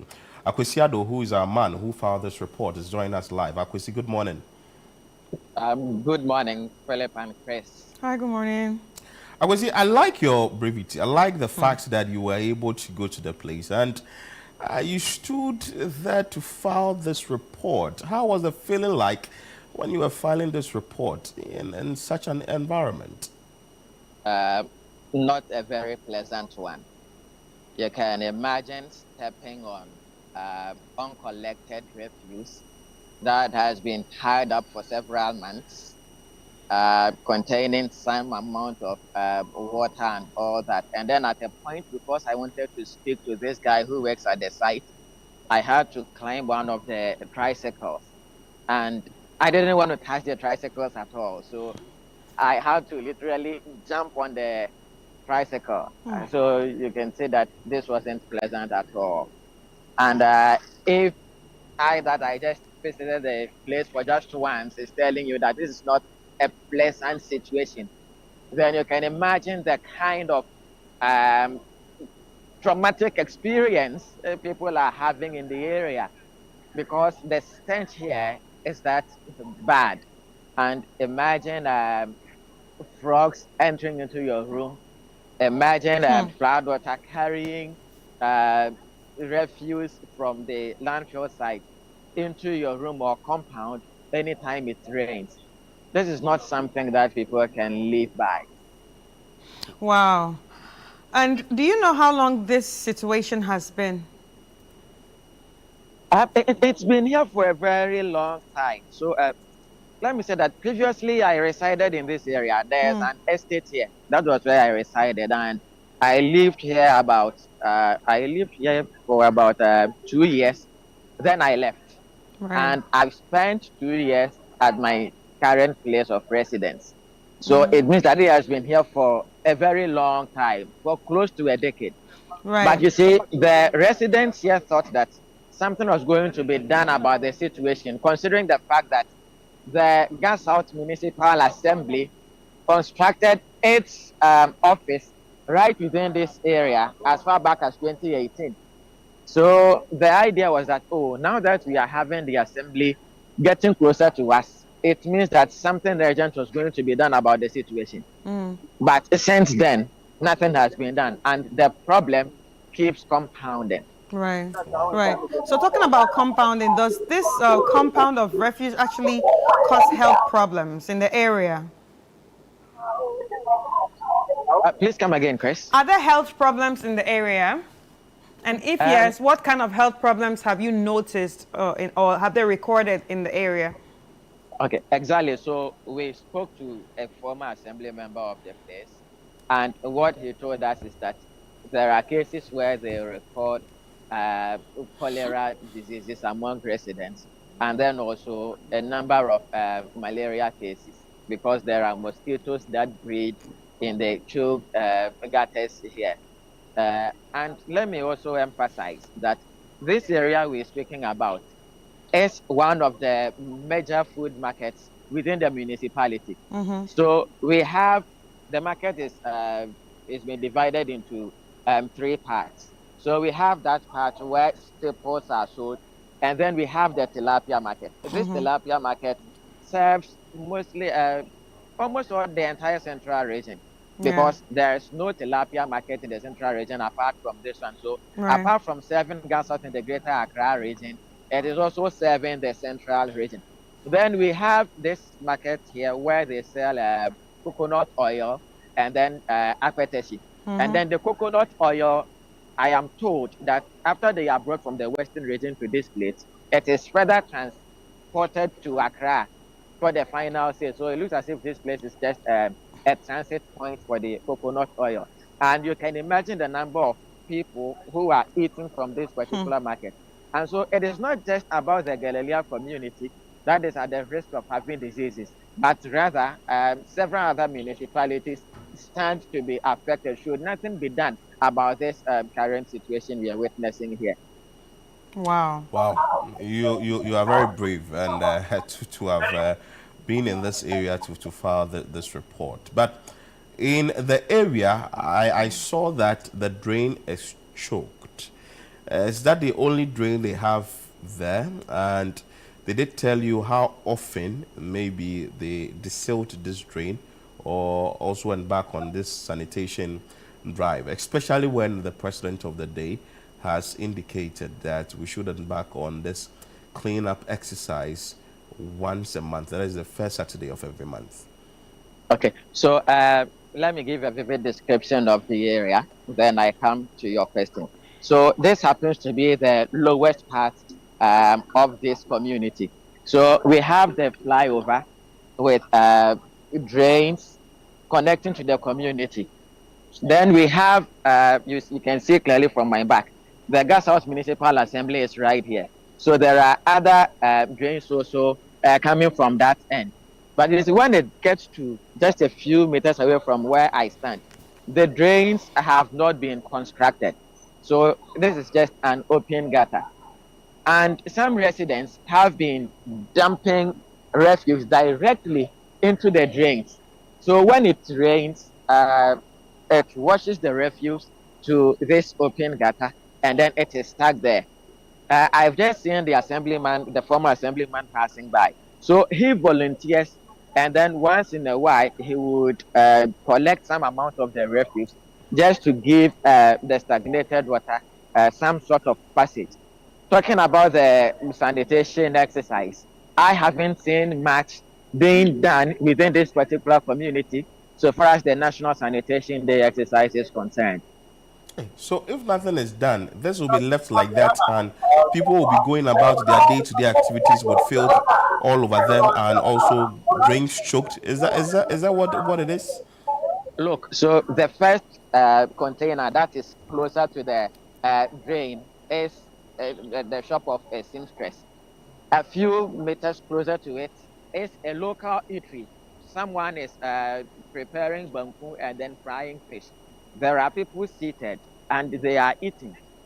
So you can imagine the kind of situation that is here. And what baffles the mind of people is that the environmental department of the Gashouse Municipal Assembly, they have their office right within the premises of the Municipal Assembly. And they've been going there to report that, look, come and do something about this for us. And they get no better response. The former assemblyman was even telling me that recently he suggested to the assembly to bring the drip equipment just so they can even desilt the choke gutter and also to collect some of the refuse from it.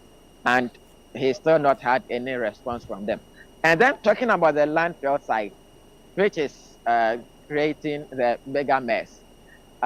This is not managed properly because it is in the bosom of a private person who is now deceased. And so there are rival groups that are even trying to take custody of the place, because when these tricycles come to dump waste there, they pay some amount of money. And ideally, this is a place that should be fumigated frequently. And then because it is a transfer site, the refuse shouldn't be here for a long time. But we have containers belonging to Sis Gross Waste Company and then Zoom Lion. They are full to the brim. They are spilling over, and they have not been collected for several months now. So as we speak now, the containers are still full, and we don't know when next the companies would come there and pick this containers or whatever it is and take to the appropriate place for it to be done. But did you find any attendant at the supposed landfill site? And did he also share with you, say, how much is taken from individuals if they come there to dump their waste? So there's only one person I met there, and of course, he is just a scavenger. He goes there to scavenge for plastics and then some metal waste. Then he would also sell and then make money. So we have no idea as to how much the tricycles pay to them.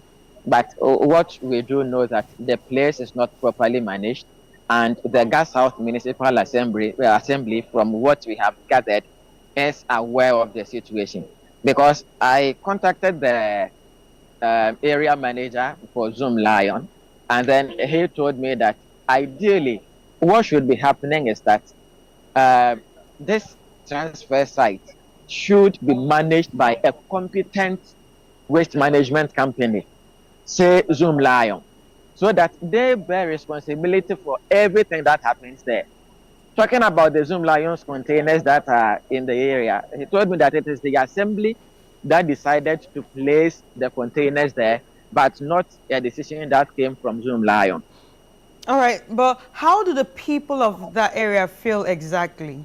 What are they saying when it comes to the issue of, you know, of this whole sanitation problem right now? The people are extremely worried, and they are also disappointed in authorities that nothing is being done about the situation, even though it poses some major health risk to the people who live around. See, it's very difficult living in this area. The kind of breeze around this area, the kind of atmosphere here, people have to step on refuse to get access to their homes. This is a fully developed community, and this is within the heart of the community. So you can imagine, there are beautiful houses around. Like I mentioned to you earlier on, there is a very nice estate also around. And then we are having this awful situation here. It isn't something that the residents are so cool with. I actually wish we spoke to the MC for the area and Moses Okanse for us to tell us what the plans are. And you see, Philip, talking about sanitation within the Gas South municipality, it really needs some sense of urgency because we are now discussing the situation within the Galilea community here. But if you use the main road, that is the N1 highway, from the Galilea market through to English Yamanfrom, you see the median of the road has a drain. The drain has been filled with refuse from Galilea market to English Yamanfrom, and nobody is doing anything about it. You will get local residents and then some persons who apply commercial activities around dumping waste directly into it. Sometimes they contain, excuse me, it's too early, but human excreta. And when people are crossing the road, they step in it. Wow. We have a big issue. Maybe if you are just watching us, this is the situation at Galilea. You would also want to join us with your thoughts, submissions, and comments. Akwesi, don't go, so that we also know the situation about sanitation in your area, because we would have to give this a lot more attention on the show so that people will know what is happening in other people's communities, and also what the government together with the private organizations who are in waste management must do about sanitation in our area. If we don't pay much attention to this, it may get out of hand and it may lead to other issues that we may not be able to control. But Akwesi, with what we are seeing on the screen, which has to do with the refuse there, is it that from all indication it's going to be like that for a very long time, or one will say that there is light at the end of the tunnel, that eventually we will find a solution to this big problem? That's a very important question. It looks as if, sadly, residents may have to endure this particular situation for quite a long time. Because look, when I spoke to the area manager for Zoom Lion, what he told me is that they currently have issues with getting access to a landfill site. So currently, as we speak, the Gas House Municipal Assembly's landfill site is located around in Sanwami, in the eastern region. Wow, that's far. You can imagine, yes, that's very far. You can imagine the distance. He raised concerns with payment for the services delivered by Zoom Lion by government. There's always delay in payment, but they've got to service their trucks, they've got to buy fuel, they've got to pay personnel. And then also, they are now in competition with these Abuboya or tricycle waste collectors. So instead of maybe residents signing up with Zoom Lion, just so Zoom Lion would collect their waste from their homes at a fee, that is not happening. So it looks as if the informal waste collectors go to collect the waste, and now the former waste management companies like Zoom Lion would not have to be dealing with it from the secondary level. And it's really a matter of concern to them. But so you just saw that there's a broken down track there that has not been serviced yet. We don't know whether the company would be able to service that. There are containers that are rusted and torn apart. We don't know when they would be able to refabricate these containers and then bring them back. So it looks as if the state or government would have to get an elaborate plan to deal with waste management in the country, especially in urban centers. All right, so talking about Zoom Lion and the amount that they collect from people to take their trash and all that, how much do they charge? That we have no idea how much Zoom Lion charge the people. All right. Okay. Yes. Except that they are now in a very high competition, because you know these tricycle guys, the informal guys, they just come to your house. If you give them as low as 50 pesos or even a cedi, they will just collect your waste. But you do not know, or they also do not know where the final destination of the waste they've collected would land or would be.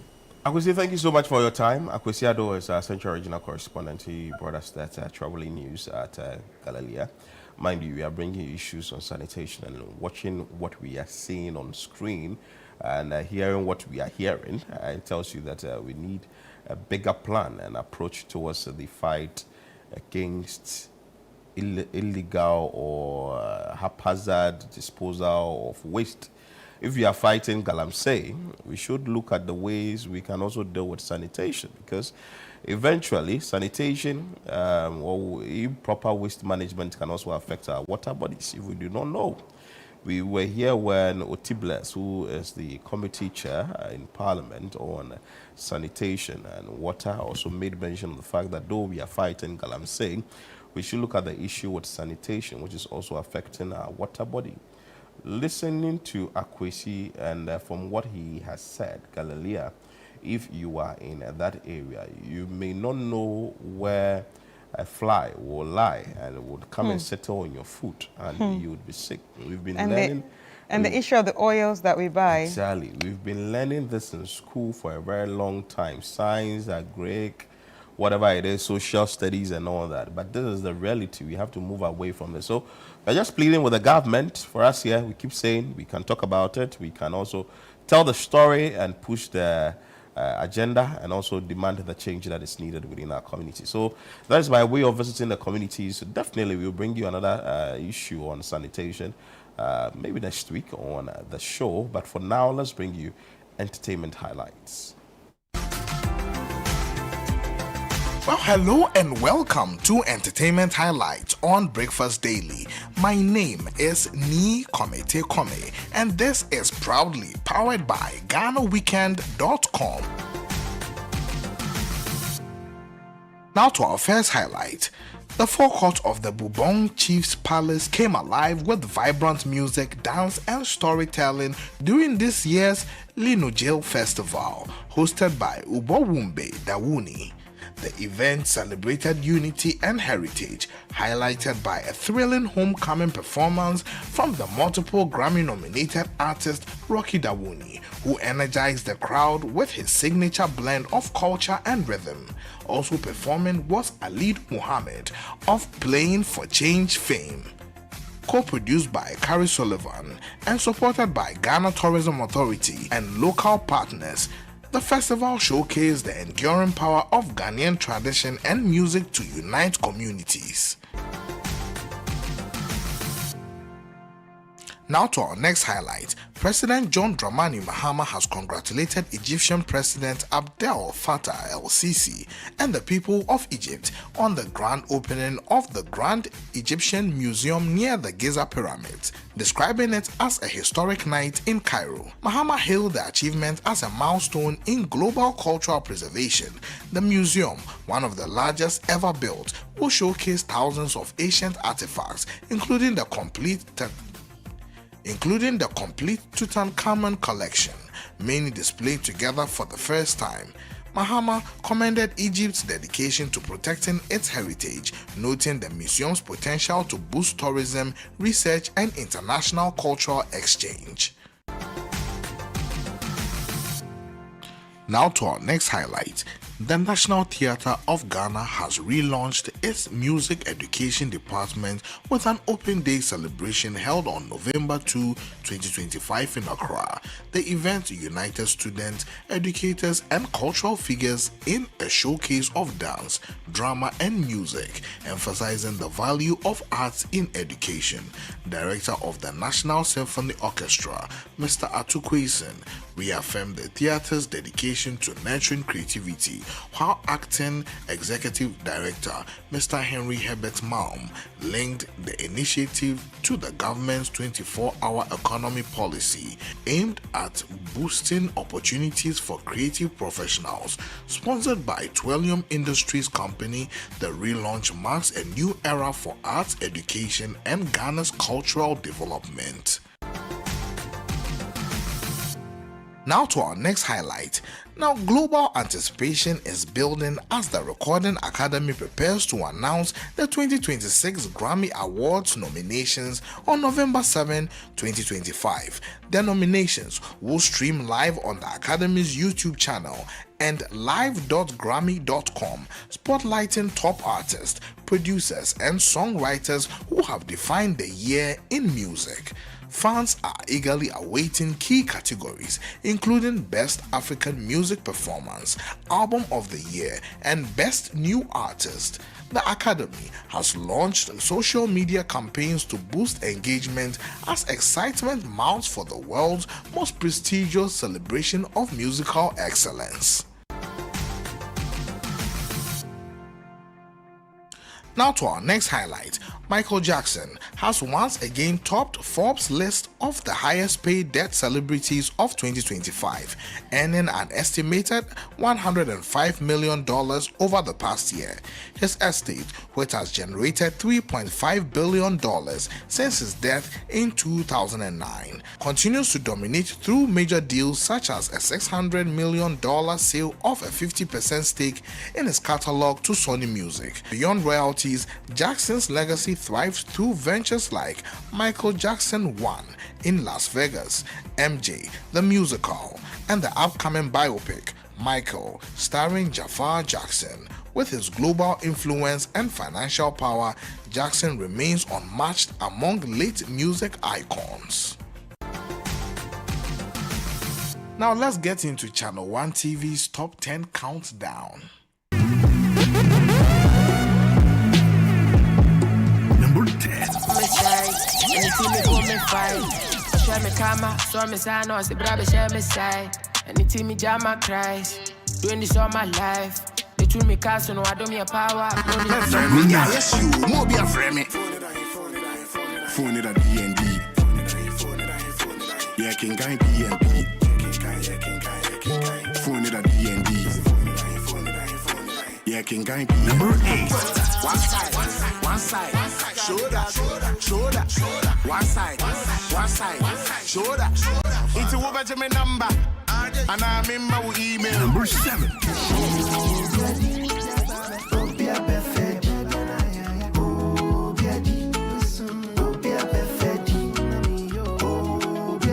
Number 6.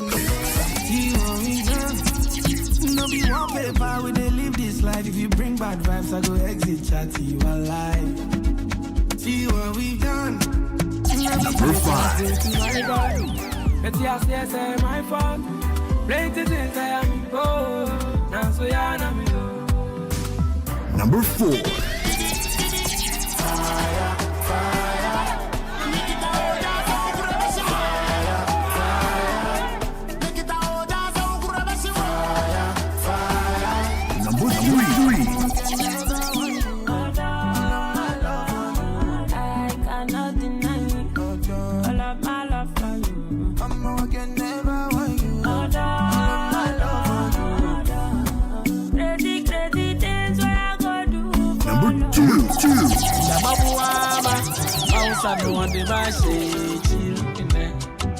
Osama, you black the jibba benye.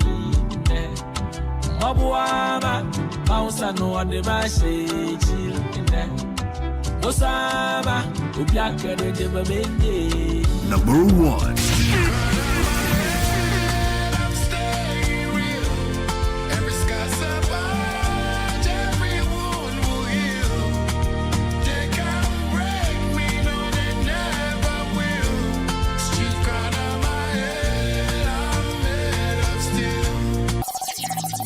This is the Channel 1 Countdown. And that's all for today's entertainment highlights on Breakfast Daily. Stay tuned for more exclusive stories, interviews, and viral moments from Ghana's vibrant entertainment scene. Visit GhanaWeekend.com and follow Ghana Weekend on Instagram, TikTok, Snapchat, YouTube, and Facebook for your daily dose of showbiz buzz, music updates, and the behind-the-scenes action. Don't just read it, live it, share it, and stay plugged in. This was presented by Ni Komite Kome. And of course, just don't read it. Make sure that you would share the stories as well. As we are about wrapping up on the show, we can't just leave without telling you what is going to happen at AgriFair 2025, the Christmas edition. And you know, of course, if you've been to that of the June one, when we did in the month of June, you saw Legacy Crop Improvement Center. They have been sponsoring this event for a very long time. And we have in studio the Chief Executive Officer for Legacy Crop Improvement Center, and that is Amos Azinu. Good morning. Good morning. How are you doing? I'm fine, and you? I'm doing good. You're celebrating your 10 years. Yes. Tell us about this. So, Legacy Crop Improvement Center, what you are into, and what you are doing to commemorate the 10-year anniversary. Okay, so let me say good morning to your viewers. At Legacy Crop Improvement Center is a seed business entity. We are basically producing and processing seed for farmers. Actually, that's what they planned for us, you and I, to get food on our tables. And for the last decade, we have actually championed that in terms of the business component of it. Make sure every farmer, irrespective of wherever you are in Ghana and beyond, you have access to high quality seed to plant for us to feed our population. This we do and said this is in Ghana, Mali, Burkina Faso, Togo, actually in the neighboring West Africa countries and beyond. You moved out of Ghana? Yeah, yes. You know, Ghana used to import a lot of seed, and irrespective of the fact that we have arable lands and water availability, the capacity for a lot of local enterprises to venture into that have been very challenging. So the last decade, we focus our attention on building that infrastructure to make sure, because seed is a foundation for agriculture. Without seed, nothing can work. So if you want to make sure we get resilient agriculture system in this country, it means that our seed sector have to be very vibrant. So basically, in the last 10 years, that's what we focus our attention on. How has it been 10 years? Easy, cool, or difficulties? Like any other business you find in this economy, it's the same thing. But you need to build that resilience and tenacity to make sure you forge our way so that the vision doesn't die. It wasn't a rosy path. It's undulating, up and down. But the focus, the staff and the management, the ownership kept the focus on. So I think God has been very gracious to us for the last decade. So what are you doing to commemorate the 10? So in regard to that, tomorrow we are having a sea business masterclass for a lot of stakeholders who are in the space. It's for free for those who are in the space to attend. Nobody is paying anything. Friday, we will have a visit to one of our research field where we plant some new variety of maize and vegetables that farmers can see that we will introduce in the year 2026, God willing. And Saturday will be the Grand Debut anniversary in our Legacy Square in Otariso. We did the Kuyapim North Municipality to commemorate this 10-year journey that we have come so far. Wow, 10 years. What does the future hold for Legacy Crop Improvement Center? 10 years from now again, so that will be 20 years.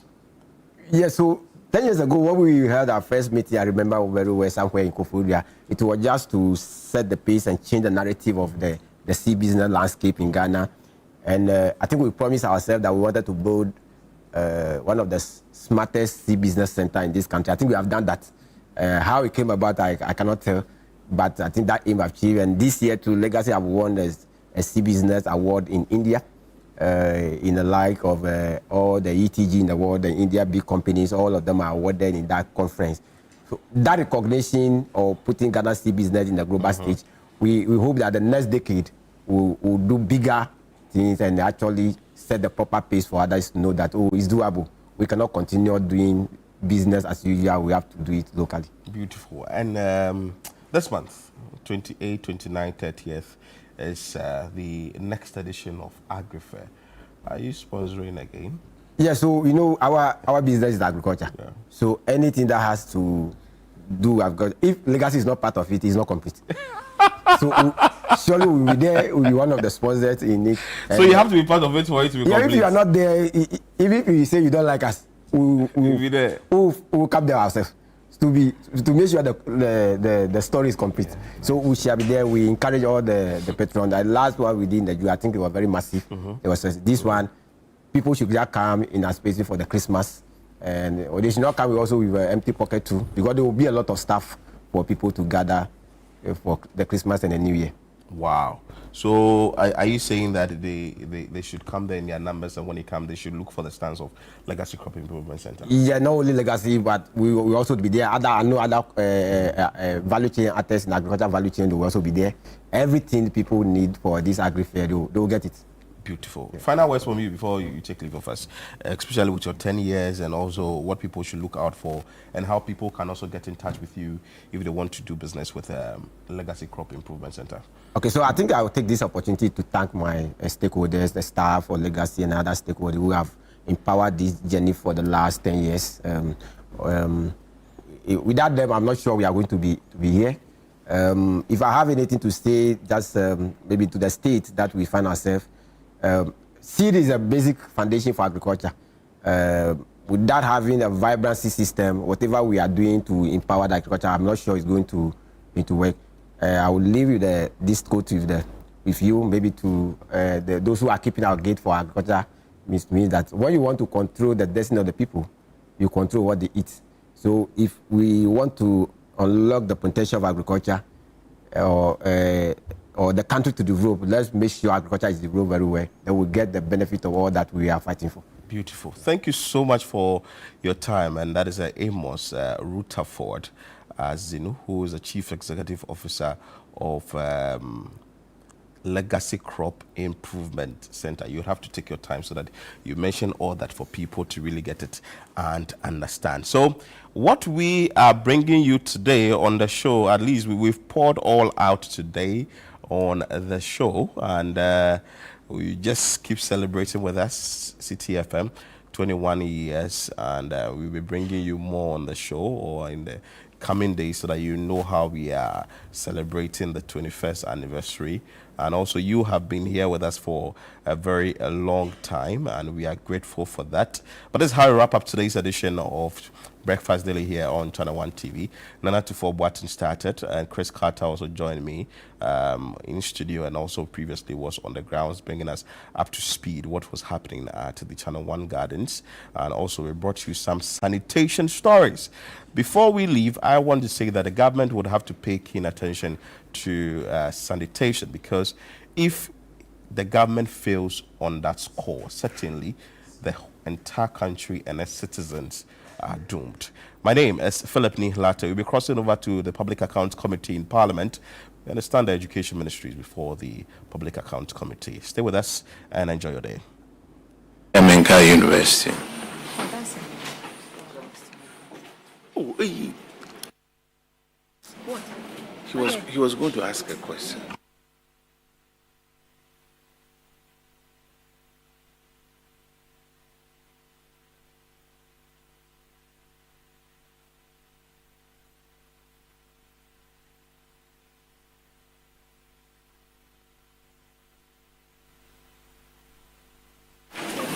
Have you taken? Okay, please take the oath.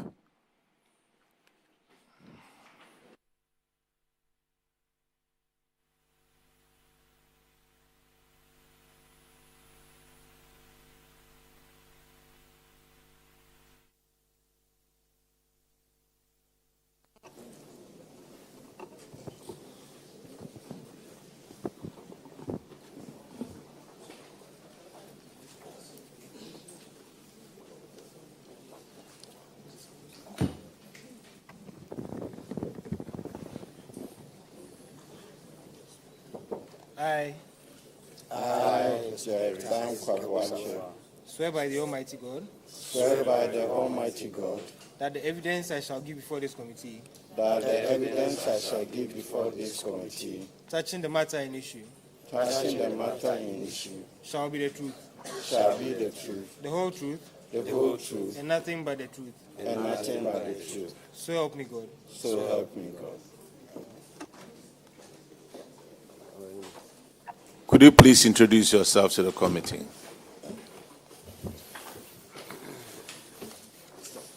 Thank you very much. I am Frederick Kwakusafo, Vice Chancellor of Akenten Apiamenka University of Skills Training and Entrepreneurial Development. In brief, Amstead.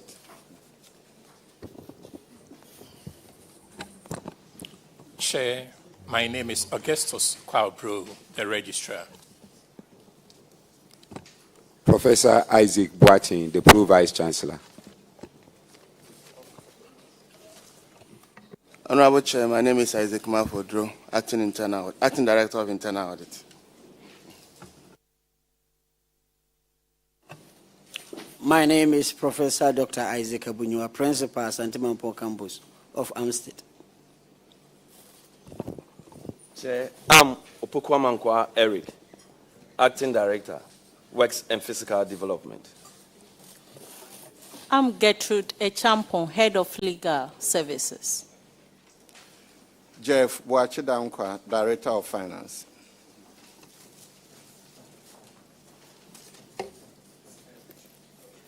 Please turn the microphone off, please.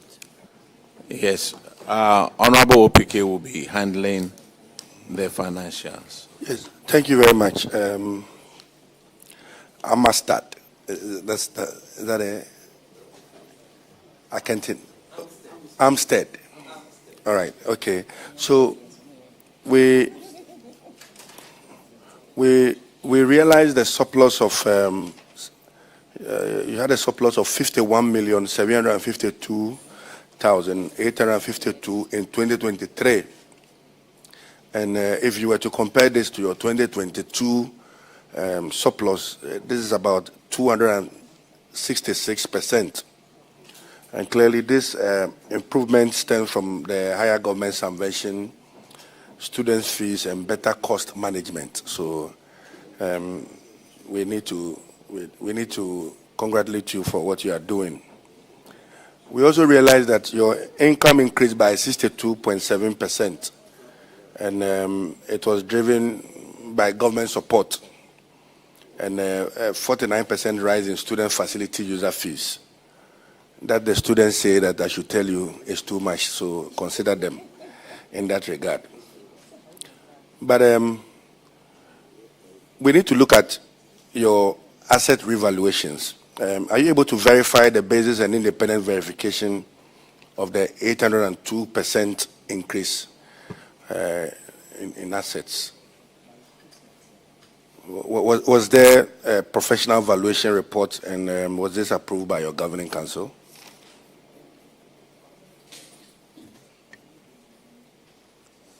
Thank you very much, Chair. Chair, respectfully, with your permission, I will ask Director of Finance. Kindly speak into the microphone for me. With your permission, respectfully, I will ask Director of Finance to respond to this question. Honorable Chair, Controller and Accountant General have provided guidance to revalue legacy assets, and we strictly followed the Controller and Accountant General's guidelines. And we also use the experts among us. We have quantity surveyors, we have estate officers who assisted us. And after that, our procedures were all authenticated by the external auditors. Thank you. Thank you. In recognition of your unutilized project funds as revenue, the auditors raises an issue that your non-current liabilities of 2.63 million in 2022 were recognized as a revenue in 2023 after fulfillment of conditions attached to the funds. Are you able to tell this committee the specific projects for which these funds were originally allocated? Honorable Chair, our key partners have been World University Service of Canada and also German International Corporation. And we also have Transsafe. They normally give us those assistance for capacity building. And they also have their own audit process to verify whatever amount they have given to us. So after the reclassification, were these funds applied after the recognition? Were they used for the intended projects purposes?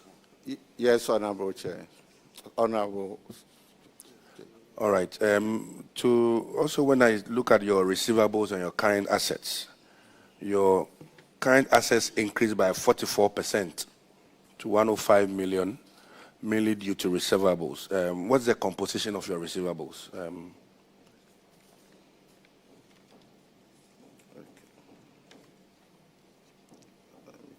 Receivables, non-current assets, current assets.